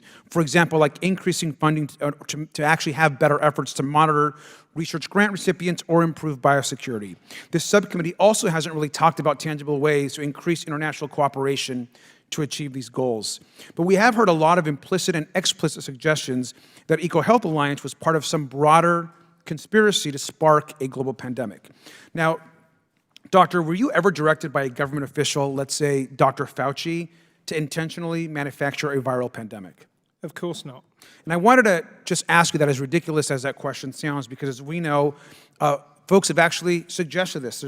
We've had a member of even our own subcommittee mention that Dr. Fauci was trying to, and I quote, create a vaccine pandemic experiment, mandate a vaccine be developed from it, and have the American taxpayers foot the bill.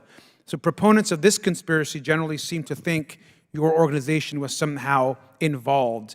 So I'm sure you've heard this before. Do you want to, for the record, again, clear this up? Well, it's patently false. There's no evidence for that whatsoever, and there is incredibly substantial evidence that this virus emerged through so-called natural zoonotic origins. And I might add that we're right now, as we speak, seeing a global panzootic, an outbreak in wildlife of high pathogen avian flu. It's now in our cattle, it's in our people, and here we are debating lab biosafety, which has nothing to do with the COVID. I appreciate that. And I think, we've heard also not just that somehow Dr. Fauci or you or your organization was involved, but that maybe it was a Chinese-made bioweapon, which we've heard actually the same member of the subcommittee also has said in the past. I think what's clear is that this subcommittee needs to actually focus on good faith investigations, supporting additional research, ensuring that grantees are actually given the support that they need.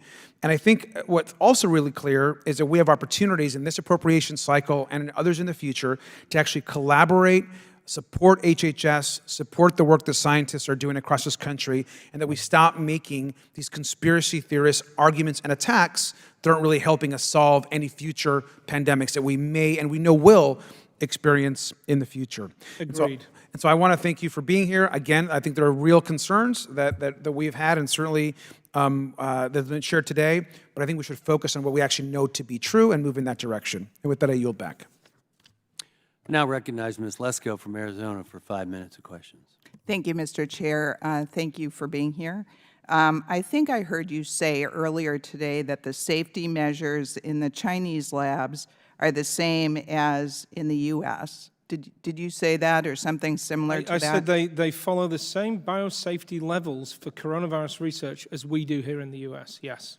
And so you said that WIV followed the same U.S. standards, Yes. or U.S. standards? The mandated rules in China are the same as in the U.S. I have the paperwork here. So help me understand, because I've been told that WIV is a biological safety level 2, and U.S. labs are required to be biological safety level 3 for the type of research that was done. So how is it that you say they're the same? Well, because that's, with all due respect, that's not correct. The biosafety levels are in the Biosafety Microbiological and Biomedical Laboratory Manual 6th edition for the US, and they mandate that for bat SARS-related coronaviruses, on page 452 it states that they're for BSL-2 in culture, BSL-2 or 3 for in vivo work in mice. So those are the same standards that are used in China. They're the same standards that are published. They're the same standards that I'm being repeatedly asked questions about and being attacked over. Yet here they are in black and white in the manuals that describe the work that should be done in the US. Good, I'll look at it closer. The other thing I think you said earlier is that you still don't know that there is a Chinese military presence or collaboration with the Wuhan Institute of Virology. Is that what you said? No, what I said was that I have no knowledge of any military activity in the Wuhan lab, and that is correct. And how do you know that? Because the State Department, this is what the State Department said, the U.S. State Department said in 2021, a fact sheet.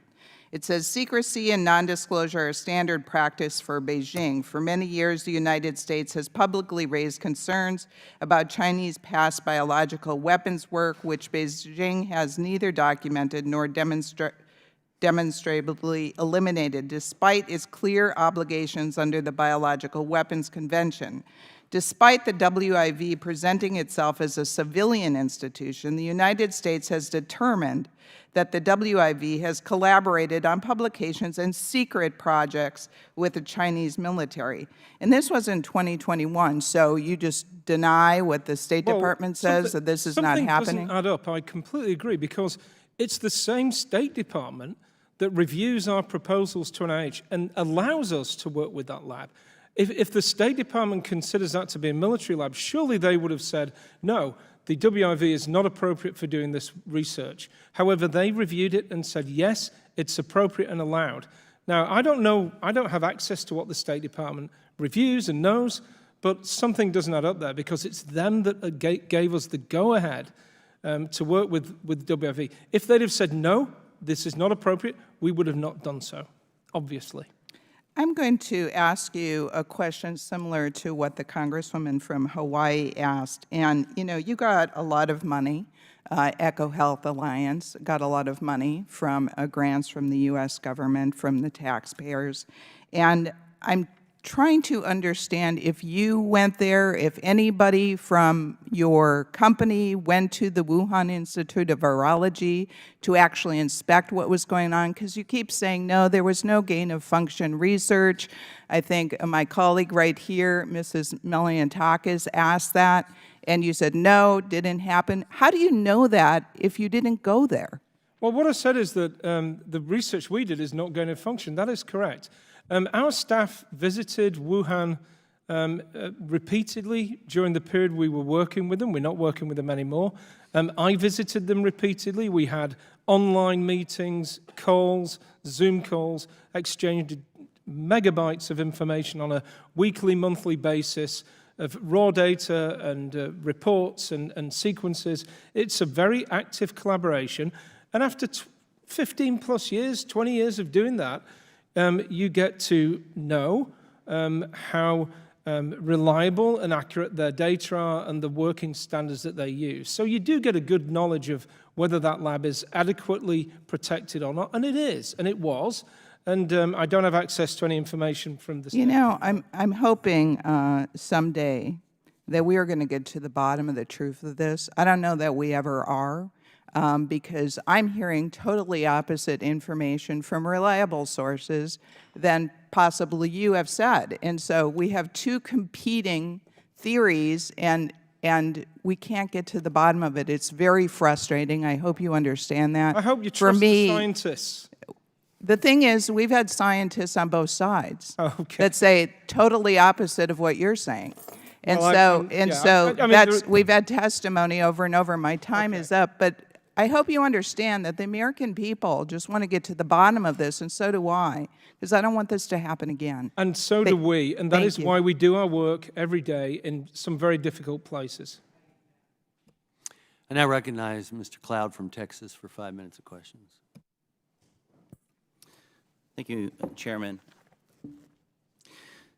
So you acknowledge you've received a grant in 2014, NAID awarded an EHA grant entitled Understanding the Risk of Bat Coronavirus Emergence to your organization, correct? Yep. That's not and once COVID outbreak happened, you labeled the lab leak theory as conspiracy theory. That's not what I said, actually. I said that there were conspiracy theories at the time that we wrote about in our letter in Lancet, including HIV sequences in the virus and snake DNA, some very bizarre things. Your opinion was used to help. You said trust the scientist, not necessarily because of you. I don't know that you had any contact with social media companies. Did you have contact with social media companies during that time? Well, I've posted things on social media. As far as having, a number of the scientists, their opinions were banned. Our government even worked to help ban some of those scientific opinions. No, that's not what we do. That differed than yours. Would you acknowledge that was bad practice, at least, that our government helped work with social media companies to help ban certain scientific opinions? I mean, if a social media... Do you think media... that benefited science? Do you think that was... I think there's been a lot of misinformation. There still is on social media. I think it's good that social media companies are going to scientists to get information about whether the data they're putting out is true or false. There were virologists who had years of experience, who had differing opinions, who were silenced. License threatened to be revoked, all those different kind of things in the name of science. We had Fauci almost declare himself to be science, and that those kind of things, I think, put a deep distrust in the American people for some of the institutions we're now asking them to rely upon. Looking back, do you think there was any error in that? Are you concerned about that? Or do you think, hey, don't... Well, I think, as I said in my opening statement, the emotions during a pandemic are very high. We have loved ones. We've all had that. We've all had our children infected by COVID and worrying that they're going to get really sick. And we know people who've died, and it's very upsetting, very tragic. I think the emotions lead to a sort of hyper reaction to some of these things. And I think that we should trust our scientists. And I think that the head of a government institute that's set up to work on infections... Knowing what you know now, do you regret working with the lab in Wuhan? Look, our mission is to prevent pandemics. Pandemics emerge knowing what you know now, places. do you regret working with them? Pandemics, not debating what you knew then, it's but knowing our what you mission now. to do this. We don't do this because we want to go and work in foreign countries and risk our lives. Pandemics emerge there. If we can stop them there, we stop them getting here. That's what we do. It's written into our mission. It's in our DNA. There's no evidence to a lab leak theory. That's what you've said today a couple times. What I said, there's zero verifiable scientific evidence. Zero. Okay, but we have evidence that the Wuhan lab destroyed data. Does that concern you at all? Yes. Any lab that destroys data concerns. Okay, knowing what you know now, do you regret working with the Wuhan lab? As I've said... Do you think working with labs that destroy data is sound? I have no choice. We work in countries where diseases emerge, whether they're our allies or our competitors, because our goal is to stop those diseases from emerging. So one of the troubling things for us when we go home, because we're representing the taxpayers, who no doubt are, most of them are not virologists or scientists, but they're going, we're paying money to fund research in a country that's in unrestricted warfare against us, that destroys evidence, and then you still are like, well, maybe we should continue working with them. And I recognize those concerns, absolutely. But if we want to prevent the next pandemic coming out of China, how do we know when it's going to happen? We need scientists on the ground to get that information so we're better prepared. Do you maintain that the lab leak theory is a plausible theory today? As I've said all the way through this, it's possible, but extremely unlikely. And having done it over, you would continue to work with the Wuhan lab? Well, There are a lab in China that does virology research. This weighs into, That's like, good. your I mean, right now your they're organization debarred is from still funding. receiving taxpayer funds, Yeah. and you're still making decisions on which labs across the world that We you don't go work into. in China. We don't work with the Wuhan lab. Okay, They're debarred right, from funding. right. But the taxpayer right now is trusting you in some essence through the various recommended channels to make decisions on who we're working with. And if you're picking labs and you don't think it's an issue that a lab destroyed data and that's not a disqualifying factor, that's a concern. Well, let me remind you, we didn't pick a lab.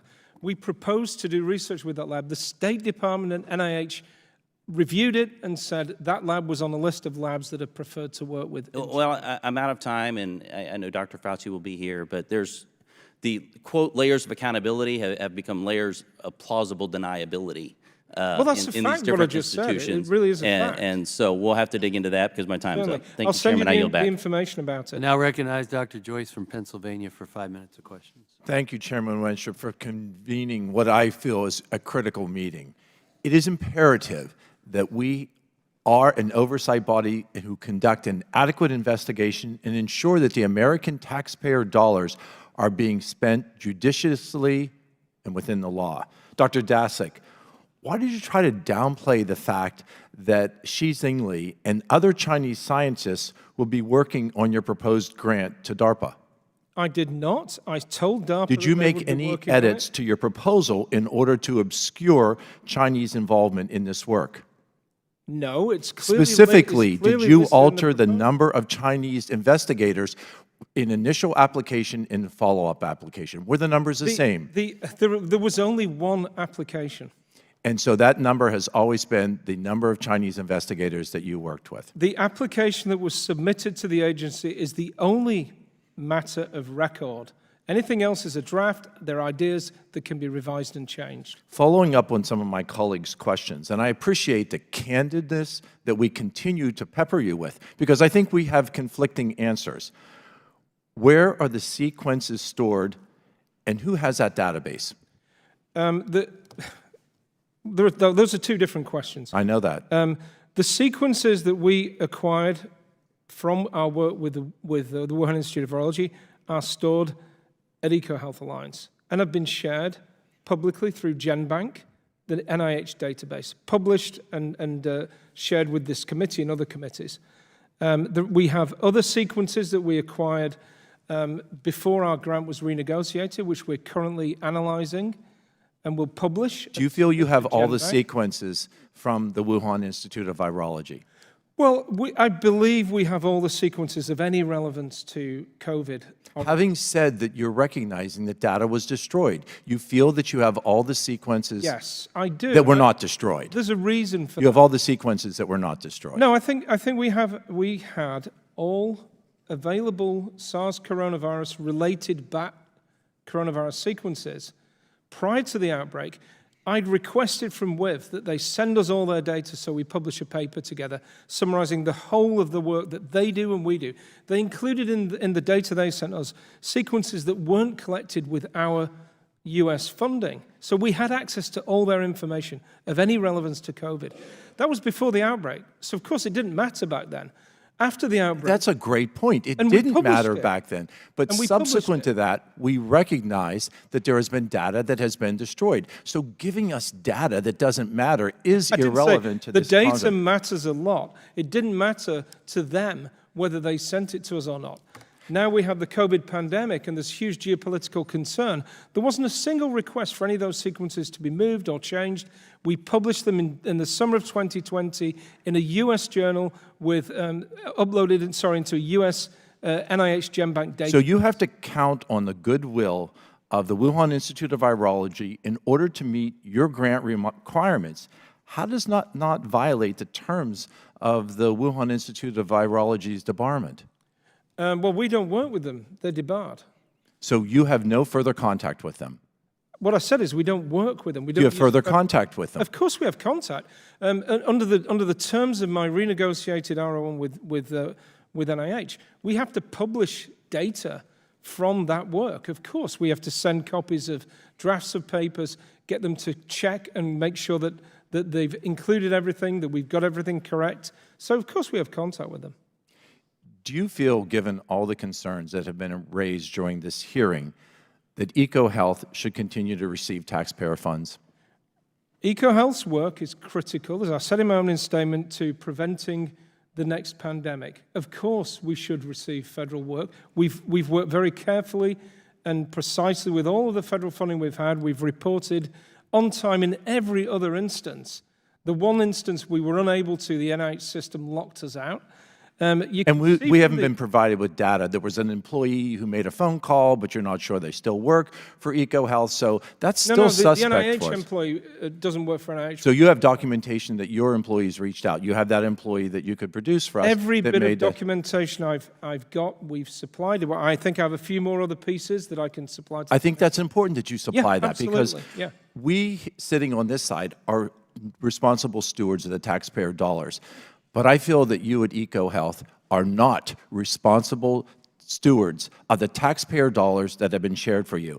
And I feel that based on the information and based on the actions that we have seen, I believe that you should never receive taxpayer dollars again. Thank you, Mr. Chairman, and I yield back. I now recognize Dr. McCormick from Georgia for 5 minutes of questions.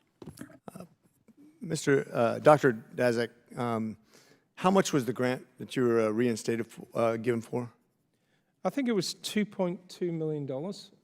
Some of the money was never reinstated. Okay.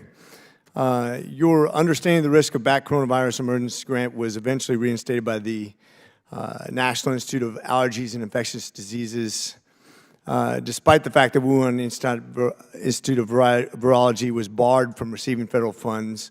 I think that was just discussed ad nauseum, so I won't kind of go into too much detail on that.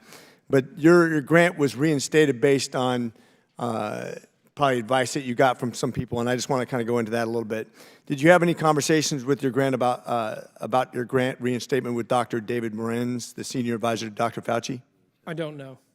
You don't know if you had a discussion? I don't know. Probably. I don't know. I'd have to check my records. Did Dr. Morenz ever give you any advice on how to reinstate your federal funding? Yeah. I mean, I asked everybody who had any knowledge about the way NIH works on any possible strategy. So you did have discussions? With many, many scientists, both Okay. those at NIH and elsewhere, yeah. So were you aware that Dr. David Morenz was communicating with you on his personal Gmail account to avoid FOIA and public accountability? I was aware that he was communicating with me on his personal Gmail account, sometimes, yes, for personal matters. So, personal matter about reinstating a public grant? Well, it's not his job to reinstate it. This was me asking his advice as a friend and colleague. About reinstating a federal grant. Got it. Yeah, I mean, do you find it problematic that a senior advisor of Dr. Fauci, the head of NIAID, was communicating with you on Gmail rather than an official capacity about an official grant? Well, when I'm talking to him by email about personal and security issues and political attacks. Security issues. So you talked with him security on his Gmail account? Yeah, I talked to him about the attacks in my house. Okay, officially, when your grant was officially terminated in April of 2020, do you think that Dr. Morenz undermined NIAID's decision by advising you on how to get it reinstated? Well, if that were true, then everybody else at NIH who advised me on how to get it reinstated, including the official reinstatement procedure, would also have undermined. Fair enough. Stop it getting reinstated. Did you make any insertions that you would be able to obtain information from the Wuhan lab in regards to your research when you were trying to get your reinstatement of the grant? The assertion was that the U.S. taxpayer who'd funded the work we did in Wuhan would get a fair shot at then getting that information and making it public to protect the U.S. taxpayer from future coronavirus threats. That's a very valid and noble... So you assumed that you would have access to that information, is that correct? We already had access to... Do you have access to it now? After a certain day, we had access to genomic sequences from Wuhan, yes. Yes, we do. Okay. Where are those samples today? I'm talking about sequences, not samples. This is exactly as I was saying earlier. People commonly make that mistake. The samples are in the freezers in Wuhan. The sequences, the genetic So information. you have access to the sequences, not the Yes, I samples? do. Okay, yes. very good. And I stated that clearly to NIAID all the way through the negotiations. I also stated clearly we did not have access to the samples. Okay. They were in the freezer. They will probably remain there. And Wuhan is no longer receiving any tax dollars, correct? Correct. Okay. When it comes to your research, and I know that we're talking some semantics, but I understand the sequencing. By the way, have you ever found any consequential sequence of this virus in the bats that you've studied? Yeah, we found a lot of consequential sequences, yeah. So in other words, are you finding the coronavirus that's infected human beings in the bat population in general that's continued to survive? Oh, no, that's Okay. a different question. No, Yeah. no. So I would make the case that maybe from the very beginning, and we've talked about this ad nauseum, I think, we haven't found it in any animal samples, despite massive research to begin with, and yet we continue to pour millions of dollars into something that should exist. As a physician that just talked to you before, we spent millions and millions of dollars and hundreds of samples for different species all over China and have no evidence that it's in a animal origin, but yet we continue to send millions of dollars to try to find evidence that now we can't get to, essentially, and that's really what you're here for, is that's why we're upset, that we feel like that this grant was not misrepresented, it was seeking information from the wrong source to begin with, and that the grant principle of the way we get our grants was misrepresented too, and that's what we're all kind of angry about right now. Well, the grant was scored in the top 3% of grants in that review period. And it was considered high impact. And that's exactly the problem, sir. That's exactly the problem. It was scored that well because it is high impact. I know why it was scored that well, but I would disagree with you vehemently, and that's why I think we're here to make a statement. But I think I pointed out in my opening statement that we had, from the work we've done in China, we now have lab assays that can be tested against vaccines, drugs, and therapeutics to fight COVID to save people's lives. That's how science works. I yield. I now recognize majority staff for not more than 30 minutes of questions. Thank you, sir. Dr. Daszak, my name is Mitch Benzine. I'm the staff director for the majority staff. I have a number of questions, but want to follow up on some of the questions that the members asked over the last couple of hours. In response to Mr. Griffith pointing out that you were still making edits to the Year 5 progress report 7 months past its due date, the Year 5 progress report is only supposed to contain information from Year 5. Is that correct? The NIH requested the Year 5 progress report 2 years later. No. It was due September 30th, and it covered the grant period of 2018 to 2019, correct? Yeah. So the report is not supposed to cover information outside of that grant period? Well, I think NIH is always happy to receive any information they can on research you're doing that has relevance to the goals. There are no strict rules on that. You testified that you were editing it because you gathered more information, but that information should have gone into the Year 6 report. No, what I said, I wasn't allowed to finish. What we did was we analyzed the data and we came up with an estimate of how many people are likely infected per year. We eventually published that information. It's about 60,000. The estimate in the Year 5 report was then revised again. It's about 60,000 people a year across an area that includes 300 plus million people. So both things are correct, that this is a rare event and it infects a lot of people every year. I appreciate that. I have some more questions about that, but we'll get to it. You've testified here today that on the Year 5 report being delayed, that an employee of EcoHealth made a phone call to NIAID. Who is that employee? I don't know. It was one of our admin staff. It might have been Alexei Kimura, Dr. Kimura. It might have been other people who were working there at the time. It would have been from one of their phones. We've looked at the records. We can't find it, but we believe there were repeated phone calls to Sadai Gurma, who was the grant management officer at the time. There were repeated emails. I've got the list of them here, and she never responded. And then one question that wasn't touched on by the members is EcoHealth currently drafting a laboratory standard or biosafety manual? For field biosafety, yes. And you're pitching it to the CDC? We're not pitching it. We're going to make it public for everybody in the world to see. You're asking the federal government to adopt it, though, correct? Well, we're simply putting it out there, and if people want use some of those rules, that's great, because it's the very highest standard of field biosafety there is. Have you met with the CDC regarding the manual? I think that the person writing it has spoken with CDC and talked to them about it, yeah, and WHO and others. You also referenced that the biosafety standards in the U.S. and China were similar for the work that you were doing. What document were you referencing? It's the BMBL, 6th edition, Biosafety in Microbiological and Biomedical Laboratories, 6th edition. Page 452. Has the Chinese government memorialized the BMBL?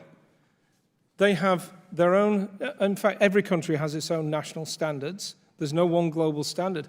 But we looked at those national standards, translated them from Mandarin. They are the same. In U.S. grants, are subgrantees required to follow U.S. standards or foreign country standards? I believe U.S. grantees working in labs in the U.S. would follow biosafety standards for the U.S. I believe that labs that are funded through the U.S. government in foreign countries would probably follow their national standards, and if there were discrepancies between those and the U.S. standards, some arrangement would have to be made, some negotiation or debate with the funding agency. That was not the case in our work. I appreciate They're the that. same. The standards are the same. They're right there. I would also appreciate if you can produce the original Mandarin version of the Chinese document. We'll dig it up. You testified to, I forget which member it was, but you testified every bit of documentation I have supplied. That's patently... For what aspect?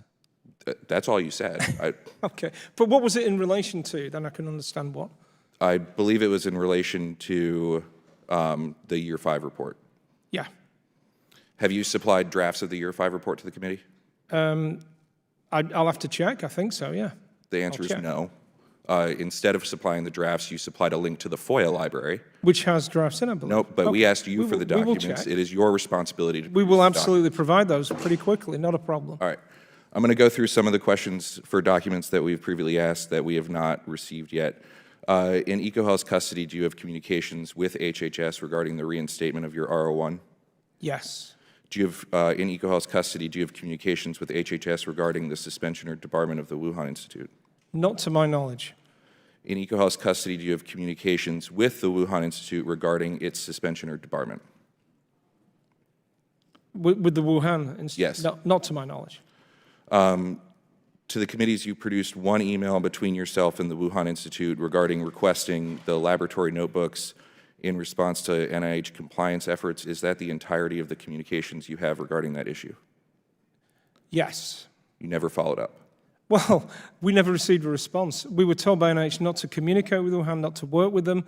I believe HHS wrote to Wuhan via UPS, and it was sent back with return to sender. That was the debarment memo. That wasn't a request for laboratory notebooks. But I believe I'll get back to the laboratory yeah, notebooks. Yeah. We touched on the progress reports. Do you have any communications in EcoHealth's custody regarding the renewal of the R01? Yes. With the WIV? I'll check, probably. I don't know. Did you notify the WIV that they were no longer on your grant? Oh. You mean, did we? Yeah, I'll check. I mean, probably, yes. Have you ever communicated regarding the issues we discussed today on an email other than your EcoHealth email? No. On April 12th, 2024, in response to a letter from Chairman Wenstrup to Boston University, you released some emails on your website. I want to discuss one of them. It's between you and Dr. Morenz, who we've talked about, and the date of the email was April 26, 2020. It was 2 days after your grant was terminated. And in this email, you wrote, "David, we will communicate with you via Gmail from now on." Was it he that suggested using his Gmail, or was that you telling him to only use his Gmail? I'm not sure, but I believe he's repeatedly said to me by phone and in emails and elsewhere that for stuff that's not his official business, he prefers to receive it to his Gmail. So I'm going to comply with that. And that's consistent with what you testified previously. You said, when I would write to Dr. Morenz about official NIH-related issues, I would use his NIH address. When I wrote to him about personal matters that weren't part of his job, to my understanding, I would use his Gmail. That email that you released discussed setting up a call with NIH officials about your grant, how to respond to your grant termination, why your grant work was important, the official NIAID strategic plan, and how you spent your money pursuant to a federally funded grant. Those are all NIH-related. But I wasn't requesting David Morris to set up a call for me. That would have been official. You have a misunderstanding of federal record retention laws. He is discussing his official business. He needs to do it on again, his. that's David Moran's business. I don't know why he does that. He explained to me, for personal stuff, use Gmail. For official business, use NIH. His official business is to advise the director of NIAID. And there are many, many emails I've sent him that gives him information to pass on to the directorate of NIAID to inform them on emerging diseases. This wasn't that. This was about a grant that had been terminated by the President of the United States. We have no idea what to do. Sir, that's also not true. It was terminated by Dr. Lauer. Well, I heard the President of the United States say, and I will end it quickly, and within a week it was gone. And Dr. Collins testified under penalty of perjury that he agreed with every action that was taken against you. This was not ended by the President of the United States. When was the last time that you spoke with or otherwise corresponded with Dr. Morenz? Probably yesterday. Did you discuss how you would testify today? No. Okay. Shifting to the outbreak of COVID-19, China first reported an unrecognized pneumonia December 31st, 2019, and China did not mention that it was a coronavirus in that report, just undiagnosed pneumonia. They didn't identify it as a coronavirus until January 7th, and then did not share the sequence until January 11th. When did you first hear about the virus? I first heard rumors about a virus on December the 30th, 2019. Who told you? Someone in China told me. What do they do? Oh, they work in public health. For who? I think they're a free agent. They run their own company or their own business. What company? I don't know, so I'll have to check my records. And you I mean, bear in mind that people in China creating rumors about this were later on arrested and put under severe penalty. I mean, we didn't know how verifiable that information was. I didn't publish it, so we just were trying to find out what we could. And you testified previously that this person, I told you that they had identified a coronavirus that was not SARS, but was 20% different. Is that correct? Yes. And COVID-19 is almost 20% or a little bit more. Oh, yeah, than 20% it was different. incredibly accurate data in the end. When we look back on it, they were right. When you were told this, did you inform the U.S. government? Well, at the time I was told it was a rumor and a myth, so no, that would have been a mistake. What I did do was publish it the next day, make a statement publicly on Twitter. I also informed ProMed Mail, which is a widely used system for getting rapid information about outbreaks out to the world. They'd already heard the same rumors.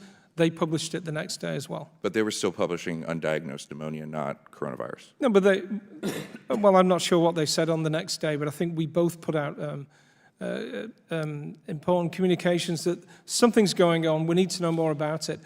And then I think I talked about our coronavirus research, kind of hinting heavily this may be a coronavirus, but we couldn't verify it. So to tell the public that there's a coronavirus would have been a huge mistake. What if it turned out not to be? Dr. Eddie Holmes and Dr. Jeremy Farrar said they have information that the virus was sequenced prior to Christmas by a U.S. genomics company. Does that track with your understanding? I think or by a Chinese genomics company, From what I know now, I believe that's where the information I got came from. It was from the sequenced data from a private sector company that was doing the work for the Wuhan investigation. If they had sequenced it prior to Christmas, they would know that it was a coronavirus, correct? Someone would. Well, they'd be highly suspicious that it was. You'd need to verify it. I mean, don't forget that whenever there's a new outbreak of something, we have to verify and verify again before you go public. The same thing's happening now with, for instance, avian flu fragments of RNA in milk. It would be reckless and a problem for public health to say there's virus in the milk until you've verified whether there is or isn't. It's the same story with this. I'm going to shift gears back to the Wuhan Institute. Prior to the pandemic, was the Wuhan Institute attempting to start a live bat colony? Apparently so. Did you have any firsthand knowledge of that? Not at the time I publicly stated that it wasn't, no. In addition to bat samples, to your knowledge, was the Wuhan Institute also analyzing pangolin samples? I'm not sure, but I do know that there was someone in China we'd met, a Dr. Tong, who seems to have had a pangolin-positive coronavirus earlier and was working on it and getting it ready for publication. Yeah. Does, I'm not sure if he works at the WIV or not. Does the Wuhan Institute have the ability to genetically engineer viruses without leaving a trace? I don't know. You touched on this a little bit in your testimony and mentioned the 2020 paper where the primary author was Alice Latine. Yes. And testified previously to us. To the best of my knowledge, I'm fairly confident this is the case, that every genetic sequence of SARS-related coronaviruses that the WIV had, both from our work that we funded and from any work they'd done separately, was in a paper that we'd submitted to a U.S. journal, and we'd submit into the U.S. NIH database GenBank. There were a few after the fact that we got from the WIV, and I put into GenBank, and we notified NIH later on, only a handful.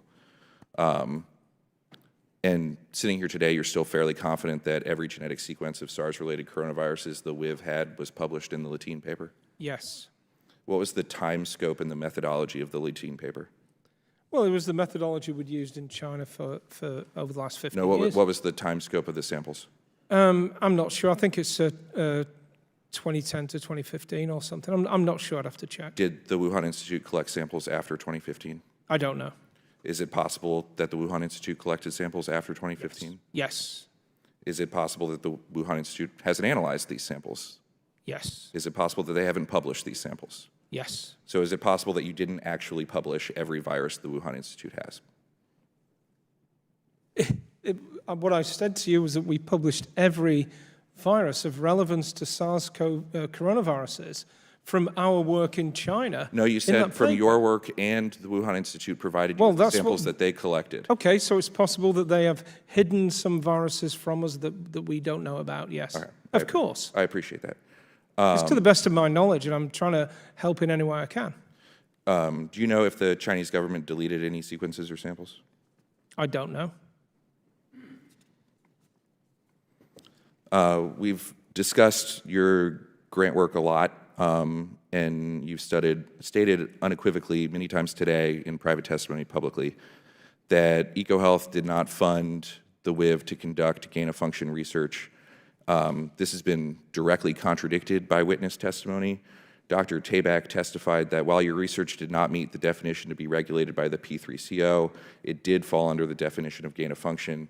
And Dr. Barrick, who is a world-renowned coronavirologist and expert in gain-of-function, testified that the work described in your Year 5 progress report was, quote, absolutely a gain-of-function phenotype, and he went so far to say as, quote, you can't argue with that. You disagree with them. Well, I have a letter from NIH that says our work is not gain-of-function. You have testimony from Dr. Barrick who says absolutely it was. Both are out there. I mean, I tend to go with the regulatory authority on this, which is NIH. All right. During its compliance efforts with your grant, NIH requested you provide the underlying lab notebooks from the WIV. You responded that you did not have access to them, but that you would ask the WIV. Did you know that you had to have access to them under your grant terms? Well, we checked on that, and at the time that we were requested the lab notebooks, it is not true that we had to have access to lab notebooks in a foreign subrecipient. That rule then came into play from NIH later. Dr. Daszak testified that it was part of the standard grant terms and policies at the time of your grant. Well, as I said, we checked the CFRs. Look, we've received dozens of letters from NIH with listing CFR, Code of Federal Regulations. We checked them all. They do not state that. It's a fact. You said here, and we have the email. And we did try to get them, by the way. Well, we did our job. Try might be a strong word. We previously discussed the one email that you sent to the WIV where you forwarded the letter to Dr. Shi and said that you could answer question number 1, but you can't answer question number 2. You never actually requested the lab notebooks. You just forwarded the letter. You testified a few minutes ago the WIV never responded to that email. Correct. And you never emailed again. Correct. Why not? Because clearly the WIV is not going to respond to further. I'm happy to email them again if you want me to. Look, we were instructed by NIH to terminate our work with the WIV. In 2020, we then had our grant terminated. We then had huge geopolitical issues between the US and China. very specifically around the origins of COVID. And we were then requested by NIH to do something that isn't in the Code of Regulations, and that's to request lab notebooks. We did that. WRV did not respond. We will do it again, and I predict they will not respond again if you wish me to. But look, every time we act as an agent for the US government in seeking things that are not required by codes of federal regulations, we put our own staff at risk around the world. But we're happy to do it again if you so wish. There's a dispute whether or not an experiment was conducted in year 4 or year 5. It's the experiment that Dr. Tabak reported to Congress that There's no dispute it was conducted in year 4. Did you have the dates? We submitted the results from the experiment back in 2018, I think. So it was just prior to that submission. You submitted it in the year 4 report? Correct, yeah. NIH disputes whether or not those are the same experiments. Do you have the date that the experiment was conducted? No, and again, this is another issue of this is something that I could ask with, and it's highly unlikely we're going to get a response. When Dr. They're debarred from the federal government. I mean, you put me in a very unusual position. When Dr. To be going back 10 years to a debarred agency, asking them questions which we know the Chinese government are not interested in answering. When Dr. Lauer started compliance efforts, did you reach out to Dr. Shi and ask her if it occurred in year 4 or year 5? Did I ask Dr. Shi? If the experiment in question occurred in year 4 or year 5? Oh, yes, yes. What did she say? She said I asked her, let me just respond by saying every single request, every single theory, no matter how bizarre a conspiracy theory or a real hypothesis on something unusual that had gone on in China, we check our notes, we check everything. And at the time when NIH suggested that the year 5 experiment was different to year 4, I checked, and we were told by WIV that it was the same experiment. They were the pathological findings from the same Did you verify it with the underlying experiment notebooks? It's impossible for us to do that. We don't have those. But at that point, you could have. No, it was the same situation. This is at a time when our grant was suspended with onerous conditions that included identifying where an allegedly missing person was from WIV, going to China and seeking a vial of virus to return to the US. These things are illegal. It was a very difficult position to put a grantee in, to be requesting that. So you took Dr. Shi's word for it that they were, you didn't have any proof at the time of the year 4 experiment that it was I have conducted. no other way to verify.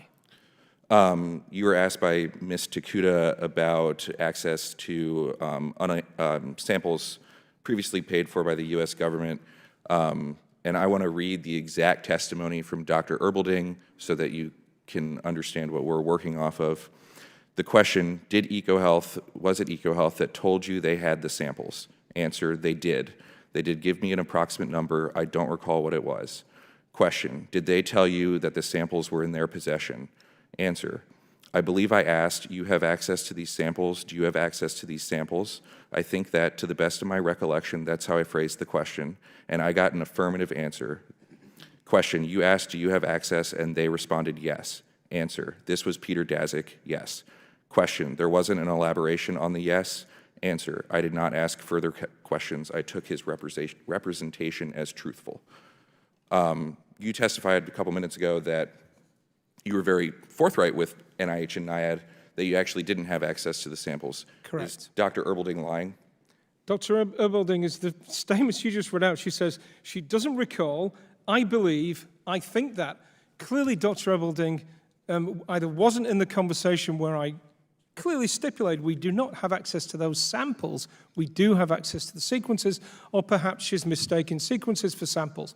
But whatever one might tease apart from her memory, what matters is the record, which is the email sent to NIH proposing the work to be done and the revised specific aims, which clearly state no further samples will be brought out of China and that sequences are already in EcoHealth's possession. And we don't have those emails, so we will happily share them with you, of course.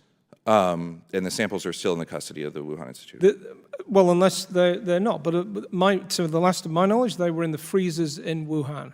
Is and there over 15,000 of them.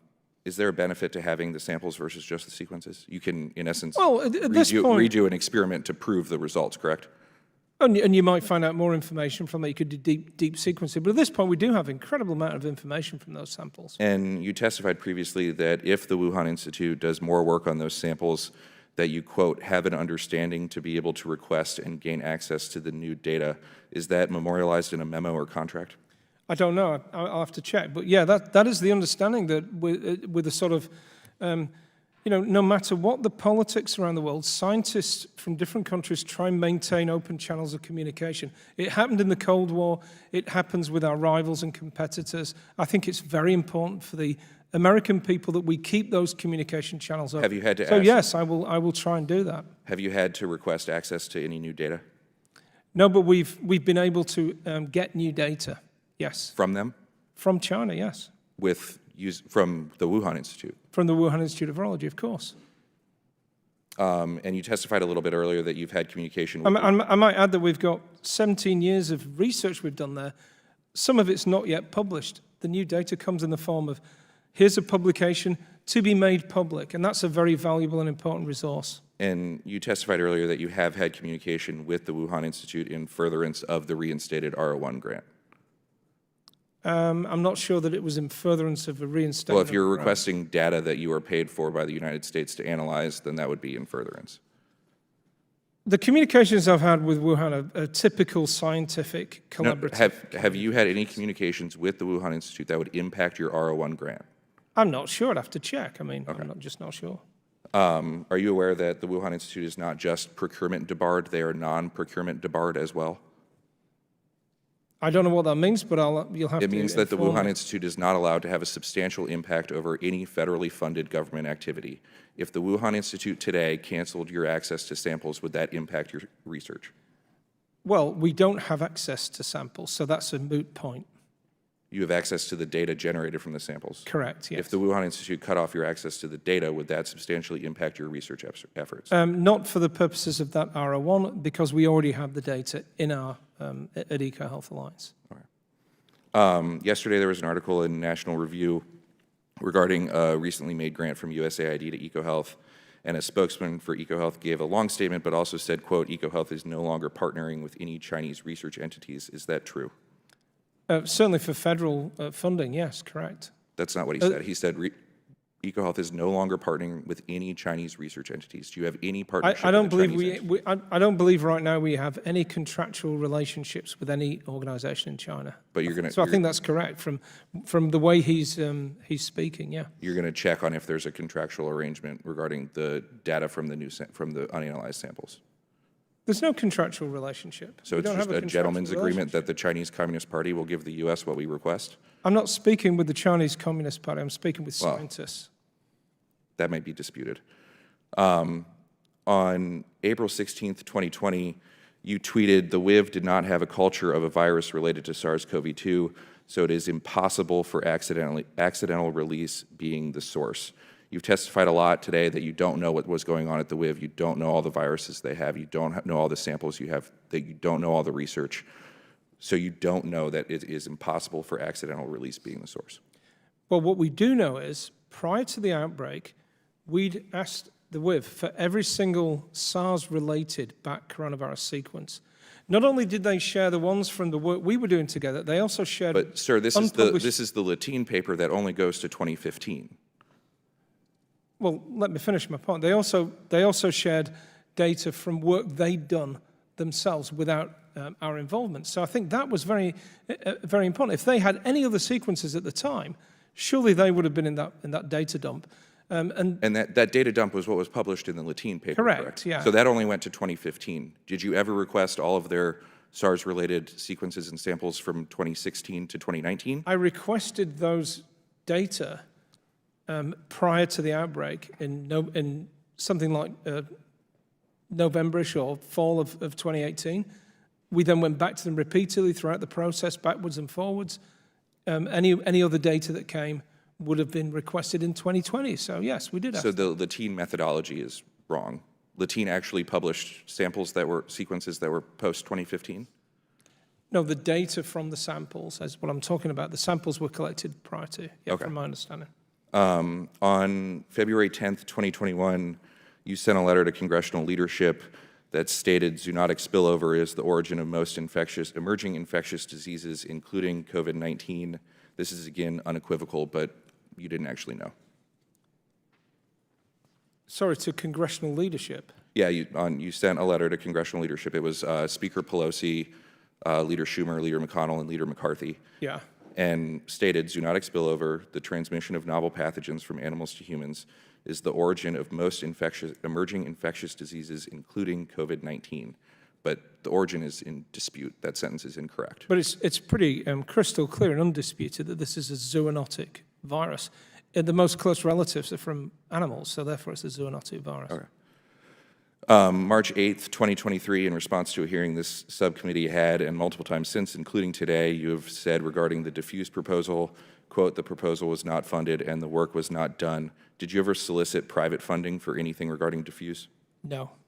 Do you know if the WIV started this work? No. Then you can't say that the work was not done. There is no evidence of the work being done. There is no evidence that we've started it. There is no evidence that any of the other contractors on the ground started it. Did you ask? I think everybody's been asked at this point repeatedly by Did you ask multiple Dr. sources. Shi if she had started any of the proposed work? No, but again, I'm happy to send an email to Dr. Shi and say, did you begin the work that was proposed in the DEFUSE proposal? She might not even remember the DEFUSE proposal at this point. I doubt that I will receive a response. One of the things that the Select Subcommittee has been investigating is that it matters what public health officials write down and what they say. When you make unequivocal statements that can't possibly be supported by the evidence, it matters. So what was the unequivocal statement again, please? The proposal was not funded and the work was not done. The work in the proposal has not been done. But you just said you didn't know if the WIV did it.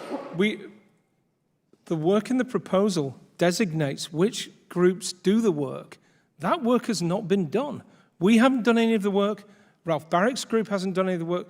The organization that was going to spray some residue hasn't done the work, to my knowledge. All of this is to my knowledge. I mean, you know, obviously one can't know everything. I would suggest clarifying that going forward. Well, then I'm clarifying it right here and now. To the very best of my knowledge, with strong evidence, the work hasn't been done. And my last question, on March 6, 2024, you tweeted, the lab leak theory for COVID origins is evidence-free.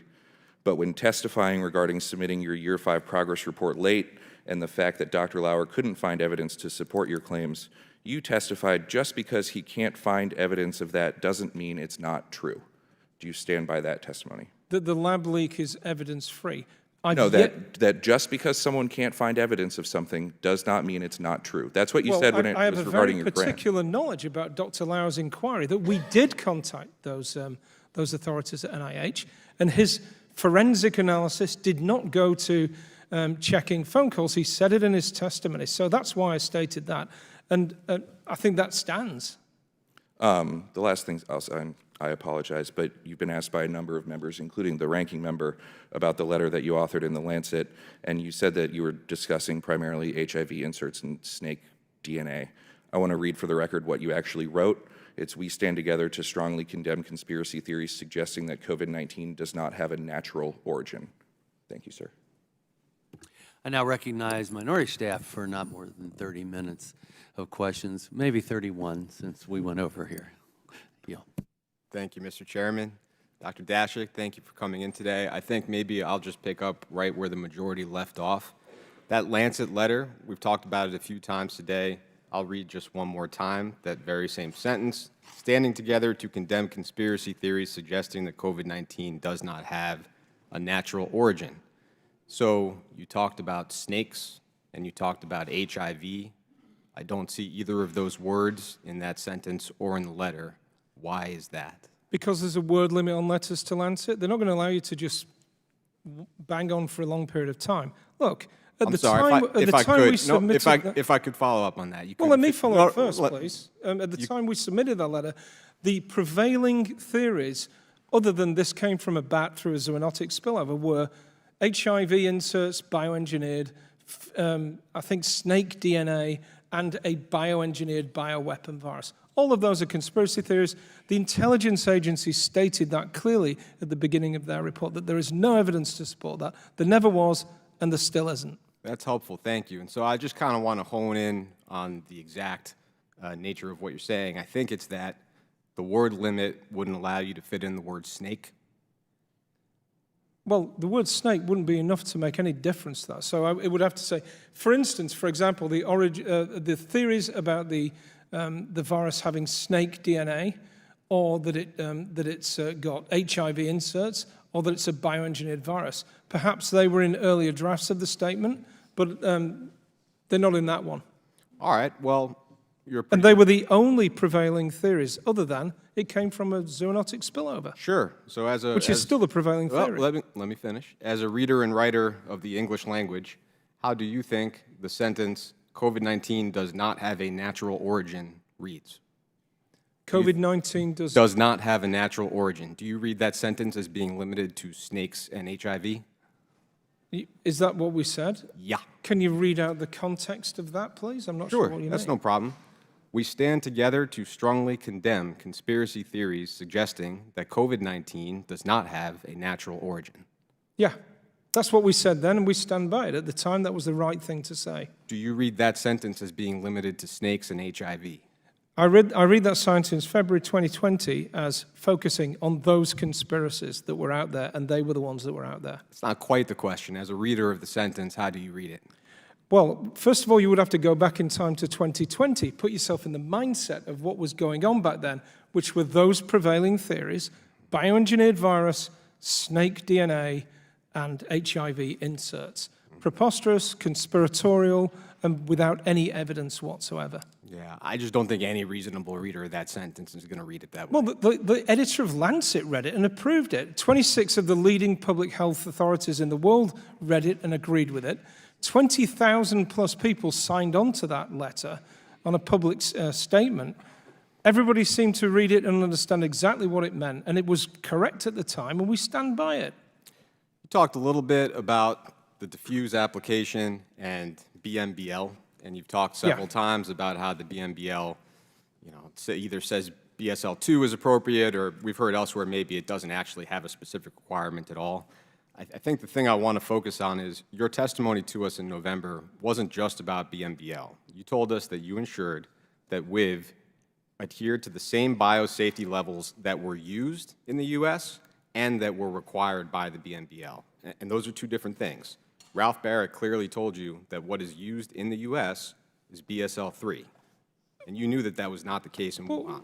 Ralph Barrett's entitled to his opinion about best practices, which is what he was trying to say in that statement.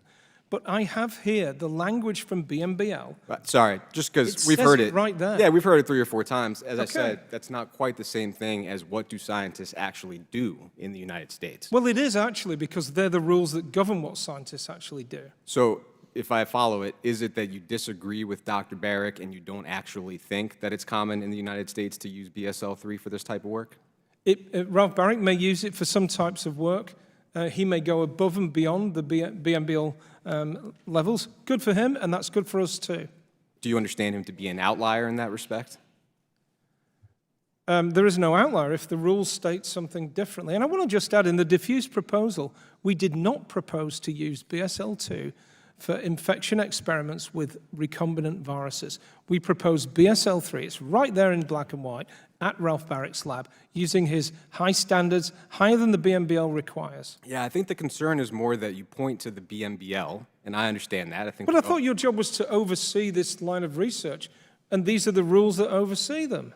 If your collaborator comes to you and says, what we do here in the United States is use a certain level of biosafety, and that's not what they do in China, and people in the U.S. will freak out. I think that distinction is probably pretty important for somebody in your position. Well, I agreed with Dr. Barrett, which is why the BSL-3 is in the proposal, not BSL-2. The Year 5 report has been talked about a few times as well. You said something that I just wanted to follow up on. You said something to the effect of, look, there's a record that I tried to submit that report, and that we as a subcommittee have that record. I think what you're referring to, which we do have, and which is not quite what you say it is a screenshot that your folks initiated the Year 5 report on July 24th of that year, And we agree, we have that. We're all From the NIH system. Yeah, we're all on the same page there. The problem is routing the report, submitting the report is 2 years later. There's no evidence that you submitted the report in 2019. Correct. There's no evidence. That's not quite what you said about an hour and a half ago, and I think it's those types of little misrepresentations. What did I say an hour and a half ago? You told us that there was documentary evidence that you had submitted the report in 2019. What I have here is a timeline with documentary evidence of attempts to submit the report. To open up the system, we had a draft of a report back in June. We tried to get it in the system and it locked us out. I have the record here. We'll send any other evidence that you don't yet have, we will send to the committee. Well, I'll distinguish. For a starting point, I think we have what you're talking about, and we went over it in November. Well, we'll find out. I'll check. It might be some that you don't have yet. I think it's safe to speak for both sides here to say that if we don't have what you're talking about, then at this point, that's a pretty big problem as well. What do you mean? If you have extra documents on the year 5 issue that you have not handled. I'm talking about we've reviewed all of our systems to try and find information to see if we've got any evidence at all that that report was uploaded, which we know it was. We know we had an inability to get through to the system. It locked us out. And I'm looking for evidence. We may have some here that you don't yet have. We will find it and send it to you. Okay, I just want to be really clear that the documentary evidence we do have that I think you might be talking about shows that you all opened up the system. I know that. Yeah, I have that written Does down. not show that you submitted or attempted to submit the report. Well, I'm telling you here, under oath, that we did. Okay. I'd like to pivot to some of the more science-heavy aspects of really what we've already talked about back in November. Probably starting with, you had this detailed back and forth with NIAID in the summer of 2016 on the question of whether or not the work you were proposing was affected by the 2014 federal pause on gain-of-function work. So NIAID ultimately decided that your work was not affected by that pause. You've said that several times here today. I don't think we have a problem with that decision. I have not heard the majority have a problem with that decision. So it's not the decision that is in dispute. But I do think we're interested in and would like to focus on some of the arguments you made to NIAID, because their reasoning, I think, was slightly different from what you were suggesting. So I just kind of want to walk through how you... Well, I just want to correct one thing. This wasn't Wait. This wasn't a Dr. detailed back and forth. Dr. Daszak, I let you finish, and I was happy to. I asked that you do the same. So those arguments sort of ran in order, and I'd like to touch on them and talk about them. Yeah. The first one, I think, was pretty easy. It was making the point that the 2014 policy should be viewed as applying to SARS, because that's what it says, SARS, but not to the SARS-like viruses that you were planning on working with. I think we understand that argument and acknowledge that the pause was a little bit unclear from a textual point of view there, so I really don't have too many questions about that. You then pivoted, though, to talk about WIV1, which I think is that virus that you all were planning to use as a backbone in your experiments. And you said to NIAID that WIV1, quote, has never been demonstrated to infect humans or cause human disease. Later in the letter, for other reasons, you included a parenthetical to an article that's called WIV1 is poised for human emergence. And that article concludes that, quote, the results indicate that WIV1 has the ability to directly infect humans. I think it's really hard for us as readers to understand how that context was not addressed in your letter. Both can be correct. It is correct that it has never infected people, to our knowledge, and it's also correct that it infects human cells in the lab, not people. There's no evidence of that. Now, we cite that paper in the response to NIH. NIH is the body that oversees this. If NIH had said, wait a minute, this paper that you cite yourselves suggests that we need to rethink, we would have not gone ahead with the experiment. Don't forget we proposed alternatives to this work. We've sent them a paragraph of modeling studies we could do, pseudovirus work we could do if they decided that the work should not go ahead. NIH had every possibility, every reason to go through that and say no if they wanted to, and we would have not done that work. This is something to ask NIH, not EcoHealth Alliance. We did our best shot at trying to explain why we believe the work was not covered by the gain of function, as they asked us, what alternatives we could do, and then it's NIH that makes a decision on that. Yeah, so you cited the article for a different reason. You would have had to open the article and read it to appreciate what I just quoted from it. And I understand that I think you're drawing a distinction between human cells in a lab and a human It's a big receptor in a distinction. lab. So I think the eventual conclusion of that is it does not count until a live human walks in and drops to the ground sick. No, until it infects a person. There's a big difference between infecting a cell in a lab. And also, you point out that you would have to open the paper and read it. Surely the NIH system that deliberates on these issues actually opens the papers and reads them, as do scientists. I mean, we assume that that is this group is doing. They know the literature. They're going to make a knowledgeable decision based on their knowledge of literature, which we cited in our letter to them. Yeah, so the concern is less on the back end of the reader of your letter, because we do assume that those folks are knowledgeable and they'll open the article. The concern is more on the front end as a grantee, that article's out there and you didn't say anything about its We conclusion. cited it. You cited it for a different reason, We which we'll come listed to. the paper in our Yes. letter to NIH. Yes, you did. You managed not to include the title of that paper in your email, I noticed. Well, if the citation's there, the title will be there. If not, they can look it up on the web. But it's a well-known paper at the time from the group that were already doing similar work. They knew about it. Surely they funded it, actually. Surely they knew about that work. If the paper's results were true, that WIV1, quote, has the ability to directly infect humans, would that be a problem for your argument that WIV1 has never been demonstrated to infect humans? If WIV1 had been demonstrated to infect people, then that argument that I made would not be true. So that would be a problem. It had not, therefore it was not. Don't worry about the human cells. Human cells are not humans. They're cells in a lab. It's a very different thing. Any biologist will tell you that. Same as mice are different to humans. You know, you step up from the cell line work to the mouse work to, then we know from other work that people do in primates and the rest of it. It's a big gap between a virus that can infect a cell in a lab and one that can actually infect people in the wild. So the progression from there went to, well, because WIV1 is about 10% distant from SARS, and the spikes that we want to insert are getting progressively more distant from there, it seems progressively less likely that any of these chimeric viruses would be more pathogenic, more transmissible. We talked about this in November. You helpfully explained to us that the theory was, okay, we know that SARS-1 is a human pathogen.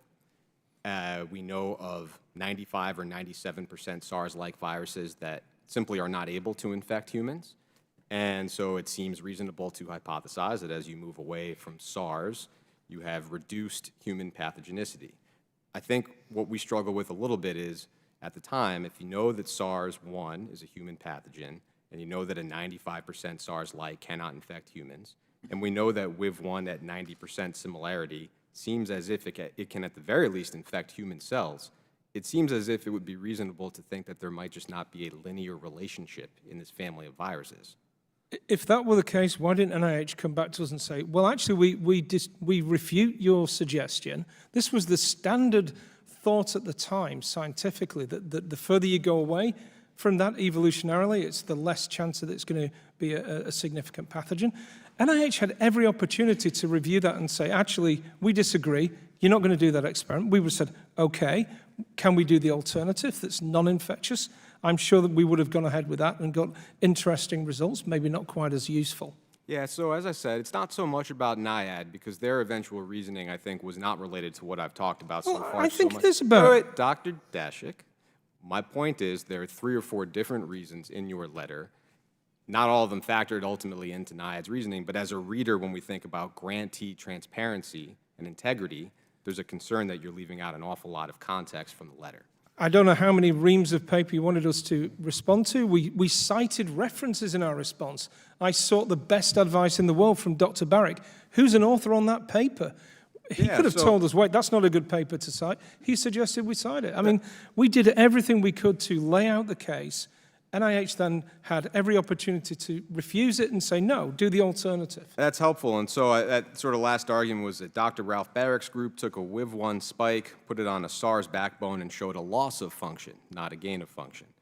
And I think for us, the question is, your work was going to be with a WIV1 backbone and other spikes, and so the WIV1 spike would be the only part of WIV1 that was not relevant at all for your work. And so I'm confused about that. I think if you look at the results from that experiment, because I think we did the experiment and the results showed that there was no difference in any aspect of that infection. Yeah, my point is... So I think our predictions were Absolutely spot on.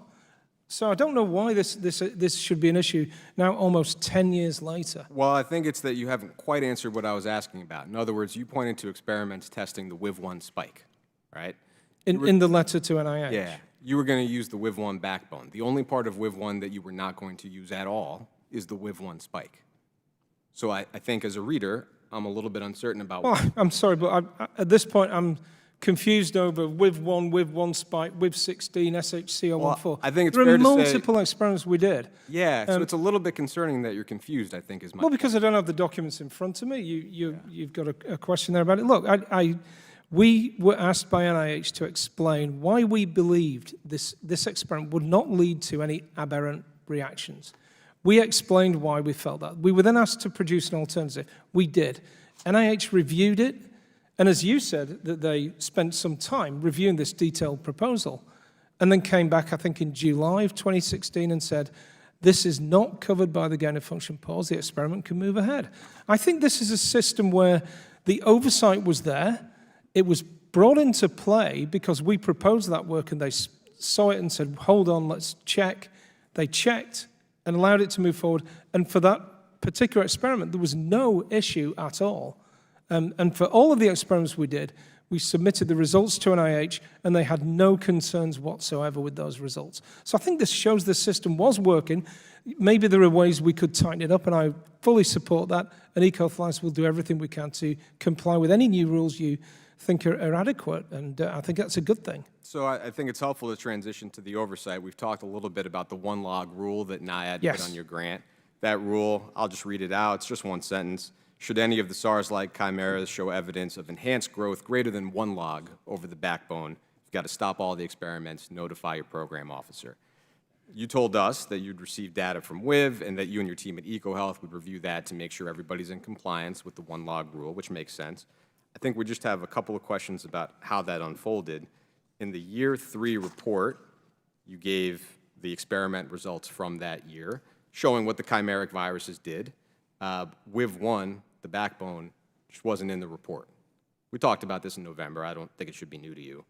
The full-length WIV1 wasn't included in. Oh, this is the report, but then it was in the publication. Yeah, that almost makes it worse. In other words, without... Well, there was no significant difference between the two graphs, actually. I mean, I don't see why that's of any relevance, really. So... Other than the timing. I mean, clearly the results they had for WIV1 weren't ready to submit for the report, but were available when they submitted the paper. And we're all on the paper together, I believe. So that's a standard, normal thing in doing science. What you do with NIH oversight, when you submit a report, you send them everything you've got, and it's often unpublished data. It might be wrong. It might need to be analyzed further. There may be missing parts of it. So I think what you're finding is something that was missing, that then was done, and then put into the paper. So without the backbone, you can't possibly know if you are or are not in compliance with the 1 log rule. Is that right?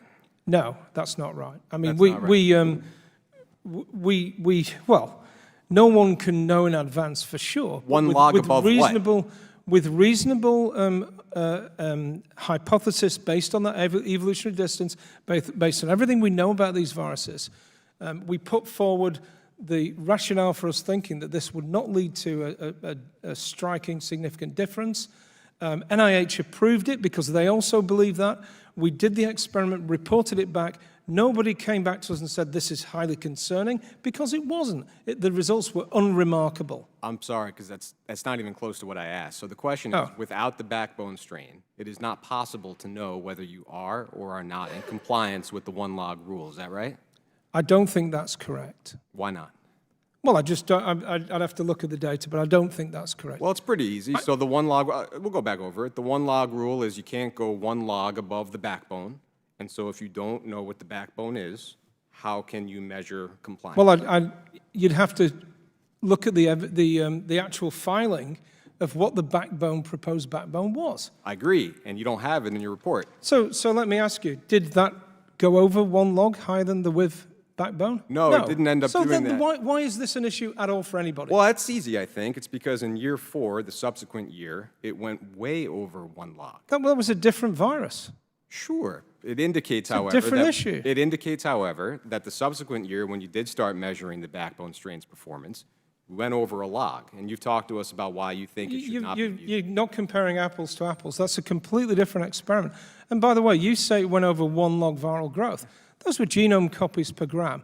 They're widely known to be inaccurate and not a very ideal measure of true viral growth. That should be a viral titer. So I think that's an unfair comparison and not relevant. I can appreciate that. Thanks. What did the viral titers say? I think you know the answer to that. It would help, I think, folks to hear. We never received viral titers in the end. Did you ever ask for them? Well, if you look at the results, you'll see that there's no significant difference in the final day of that experiment. By day 6, the number of genome copies per gram had returned to normal.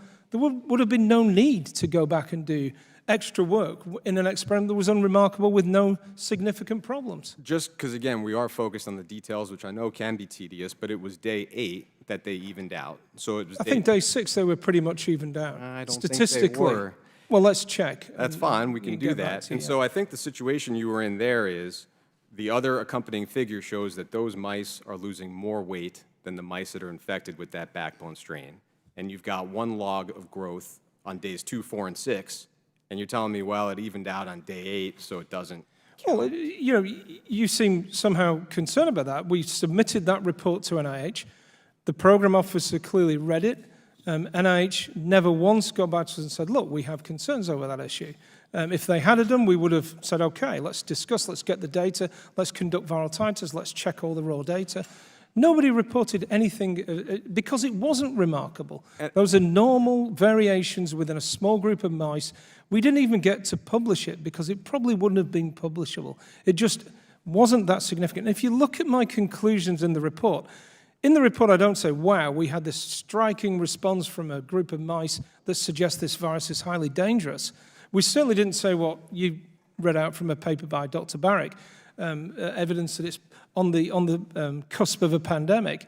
No, we said, and this experiment shows that there are sometimes different responses to different viruses and different conditions. That's it. It wasn't remarkable. It isn't a cause for concern. I also want to remind the committee, these are SARS-CoV-related bat viruses. They're not known to be infectious to people. They're nothing to do with COVID-19. They're not related to SARS-CoV-2. So again, going back to reporting of an experiment almost 10 years ago and sort of saying, well, we need to go back and get more information. That won't be possible. No one asked for it at the time. We showed the results, all the results we had to NIH, and they were unremarkable, and NIH clearly agreed. They then awarded the next year's funding, and we continued our work. Yeah, and I think you've helpfully said that even if that year 4 is viewed as going over 1 log, it's the same experiment as year 5. It's one single experiment. I think that's your testimony, right? Yes, that's right. That's my understanding. And I think, as the majority alluded to, we're a little bit unsure about that, but just some data points on it. The year 5 report says, in year 5, we continued with in vivo experiments. Just as a starting point, does that not sound to you like in year 5 they continued with experiments? Look, this is the language received from Chinese nationals writing in English. Our understanding of that was they continued analyzing from their in vivo experiments, which is what's in the report. It's the pathology from the experiment. So it's an English proficiency problem? It's your misinterpretation of what they meant problem. My interpretation is that, which I think is shown by the data, that they were doing the pathology on an experiment that was concluded a year ago, which is normal. Yeah, so those 2 experiments... It's absolutely normal. Those 2 experiments are also measured over different time spans. The figure in year 4 is 6 days. The figure in year 5 is 14 days. That sounds like a different experiment. Well, we were told it isn't a different experiment, it's the same experiment. And unfortunately, it's going to be very difficult to get any information on that now. I did try, but we were told it's the same experiment. Now, the time difference may be easily explained by the way they set up the experiment. Maybe some of those mice were allowed to live longer before they were terminated, killed. Maybe, and so that helps. I mean, that's totally reasonable. Well, I don't quite agree there, but I suppose you can say maybe. We asked what your source was for it being a single experiment. Am I right that the source for that is the Wuhan Institute of Virology told you so? The source is the lab that did the experiment. That's what they told That's you. the Wuhan Institute of Virology. And that was after the pandemic when they told you that? It was when I asked, when I was asked to ask by NIH. Was that I after did what I the was- pandemic? Oh, yeah, yeah. Okay. Yeah. After it had begun, yeah. Do you think there's any possibility that they might have been incentivized to be less than truthful with you in that situation? I'm not going to comment on people's motives that I don't know. I've had a long relationship with the scientists in that lab. I've told you about that. You get to understand people and you get to know them. And, you know, you hear the same stories over 20 years. You hear if there are any discrepancies in their stories. They've always been honest with us. They've always been truthful. There's never been any untoward, underhand things going on. I have no reason to think that they were under pressure to lie. There was no indication of that. They've not lied about other things, to my knowledge. You know, these are good scientists that are trying to do their job, and they're some of the best scientists in the world. Okay. I'll yield some time back, but I think the broader theme throughout that is a little bit of a concern that when you discuss your work, either here at the Select Subcommittee or with regulators or in public-facing situations, it's possible, perhaps, that you're framing issues in the way that is most favorable to you and less so in a way that's confronting the science at any given moment, and that is just a concern. I've only told you the truth. I would now like to yield to the Ranking Member Ruiz for a closing statement, if he would like one. As we conclude today's hearing, I remain seriously concerned that you, Dr. Daszak, appear to be eluding questions from this committee in an attempt to avoid consequences. It was quite evident after this last questioning. And so it is important that you and your organization be held accountable for all your actions as federal grantees, including the failure to comply with transparency obligations. And you can say, well, everybody knows. That's basically what everybody just assumes, everybody knows. But when you're obliged to report them and you don't, that's concerning. We need to ensure that American taxpayer dollars are being spent responsibly. And I am pleased by the strong bipartisan agreement demonstrated on this point today. At the same time, we owe it to the American people to be transparent about what exactly we are seeing. And I want to be clear that nothing produced to the Select Subcommittee over the past 14 months, nothing in more than 425,000 pages of internal documents and 100 hours of closed-door testimony, substantiates claims that federal funding to EcoHealth Alliance and its work in Wuhan caused the COVID-19 pandemic. I have always maintained that my role as ranking member of this committee is to keep an open mind about how the pandemic started, because understanding whether the novel coronavirus emerged from a lab or from nature is essential to better preventing and preparing for future public health threats and to better protecting the American people. That doesn't negate not being transparent or, not giving full context of your remarks at the time, or saying that you submitted the report, but yet it wasn't submitted, and then being locked down and not submitting it till years later is not concerning, and your administrative responsibilities and lack of reporting in a timely manner is not concerning. So as we press for appropriate accountability for EcoHealth's concerning conduct, it is my hope that we can also dedicate our remaining time to an objective analysis of the various pathways by which SARS-CoV-2 could have emerged, be they zoonotic or stemming from a research-related incident. Because the truth of the matter is that the results will remain inconclusive, and our time, this Congress, is running short.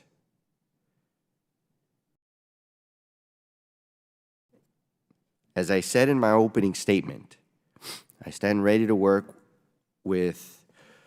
on an objective evaluation of all these possibilities, Mr. Chairman, and I hope that we can do so in order to protect the health and safety of our constituents, our community, and our country. This origins could still very well be zoonotic, and it could have been a lab leak.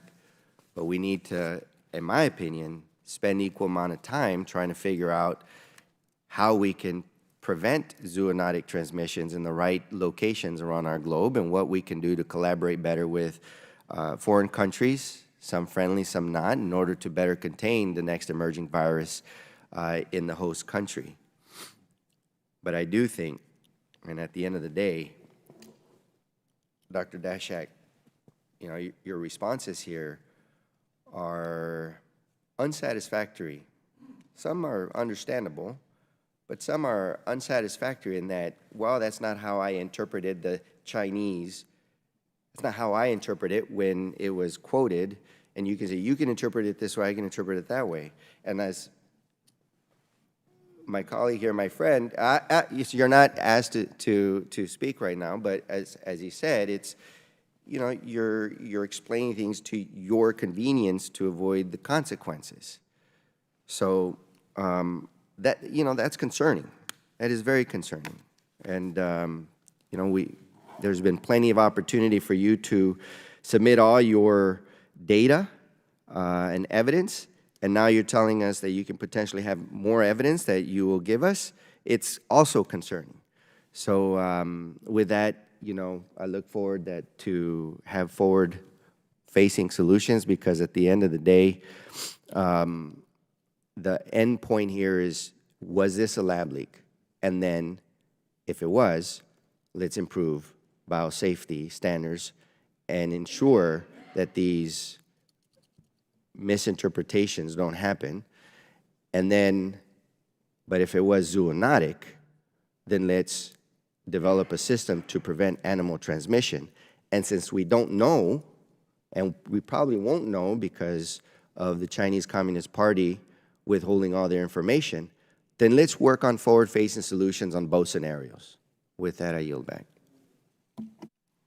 I thank the ranking member for his remarks. I could not agree more that we have a path forward.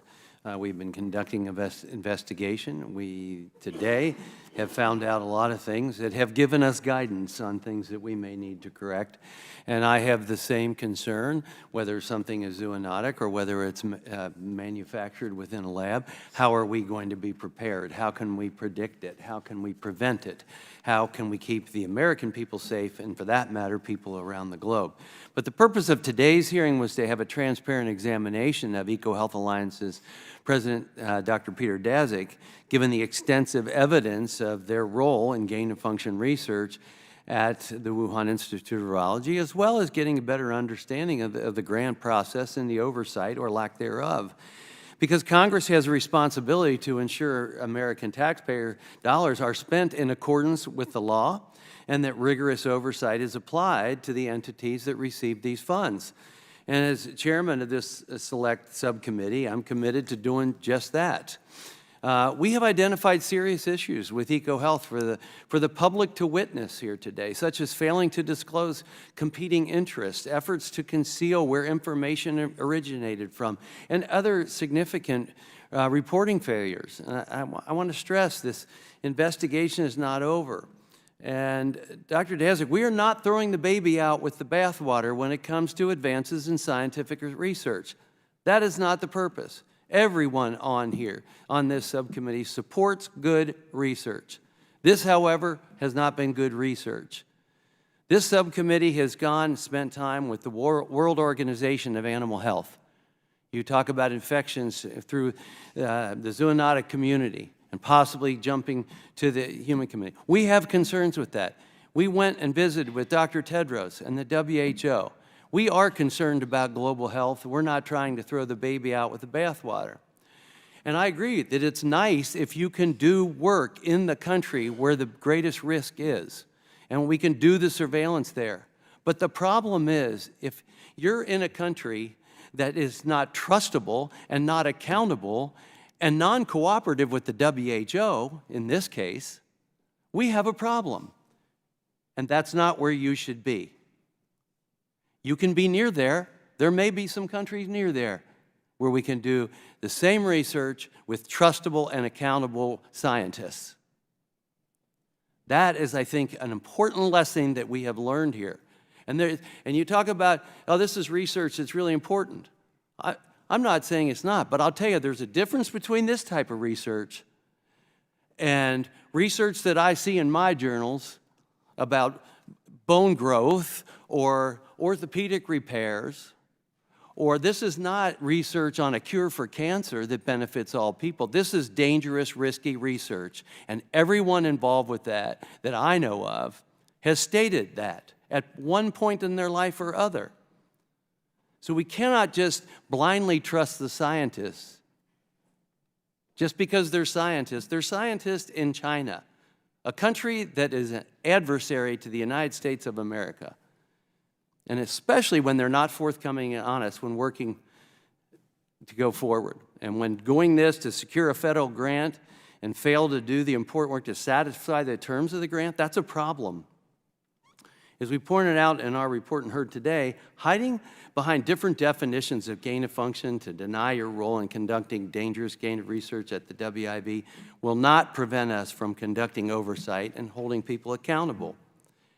You know, semantics doesn't change the risks involved. The semantics that we're hearing about today, the different definitions of gain of function research, just seems to define the different levels of the risk and the severity of the results. We know that EcoHealth and Dr. Daszak violated the terms of the NIH grant by failing to report the gain of function experiment it was conducting. Let's be clear. We know this wasn't a small oversight or a clerical error. This was a dangerous experiment that was conducted and not reported. And this was not the only occurrence of EcoHealth failing to properly report. Didn't submit the annual research report. We talked about that a lot today. This is not an organization that shows leadership committed to protecting taxpayer funds or conducting research in an appropriate manner as set in the terms of the grant. It's this troubling pattern of behavior that we are seeing, and conduct as well. EcoHealth made misleading statements in an effort to benefit yourself and your organization's financial interests and reputation. Misleading grant application to DARPA. And you downplayed the Chinese involvement in the project. Even though we did learn from the emails produced that your proposal did what you said you wanted to do in private, which is downplay the role of China and the WIV, specifically Dr. Zheng Lishi. You know, you didn't disclose your relationship with the WIV when you published the Lancet letter. And you said that Lancet approved this correspondence. Well, I'll tell you what, we asked Lancet to come in and sit before us. They didn't. Neither did Nature magazine. Science did. They came in. They admitted to some of the things they could maybe do better. So claiming that Lancet approved of it doesn't bear much water in front of this committee right now. I could go on, but I think we've covered just about everything. And I'm glad we have. And I think we've done it in a very thorough fashion, but we're waiting for more. Because while we're trying to be thorough, we don't feel that we have gotten a thorough response. If everything was innocent mistakes, we wouldn't need to send a letter asking for more information and documents by on April 4th. Too many mistakes. Accountability taking far too long. But here we are, and we'll continue to conduct oversight and evaluate the evidence surrounding EcoHealth Alliance's research activities. Before I close, I ask unanimous consent to place the report on evaluation of the evidence surrounding EcoHealth Alliance, Inc.'s research activities into the record. With that and without objection, all members will have 5 legislative days within which to submit materials and to submit additional written questions for the witnesses, which will be forwarded to the witnesses for their response. With that and if there's no further business, without objection, the Select Subcommittee stands adjourned.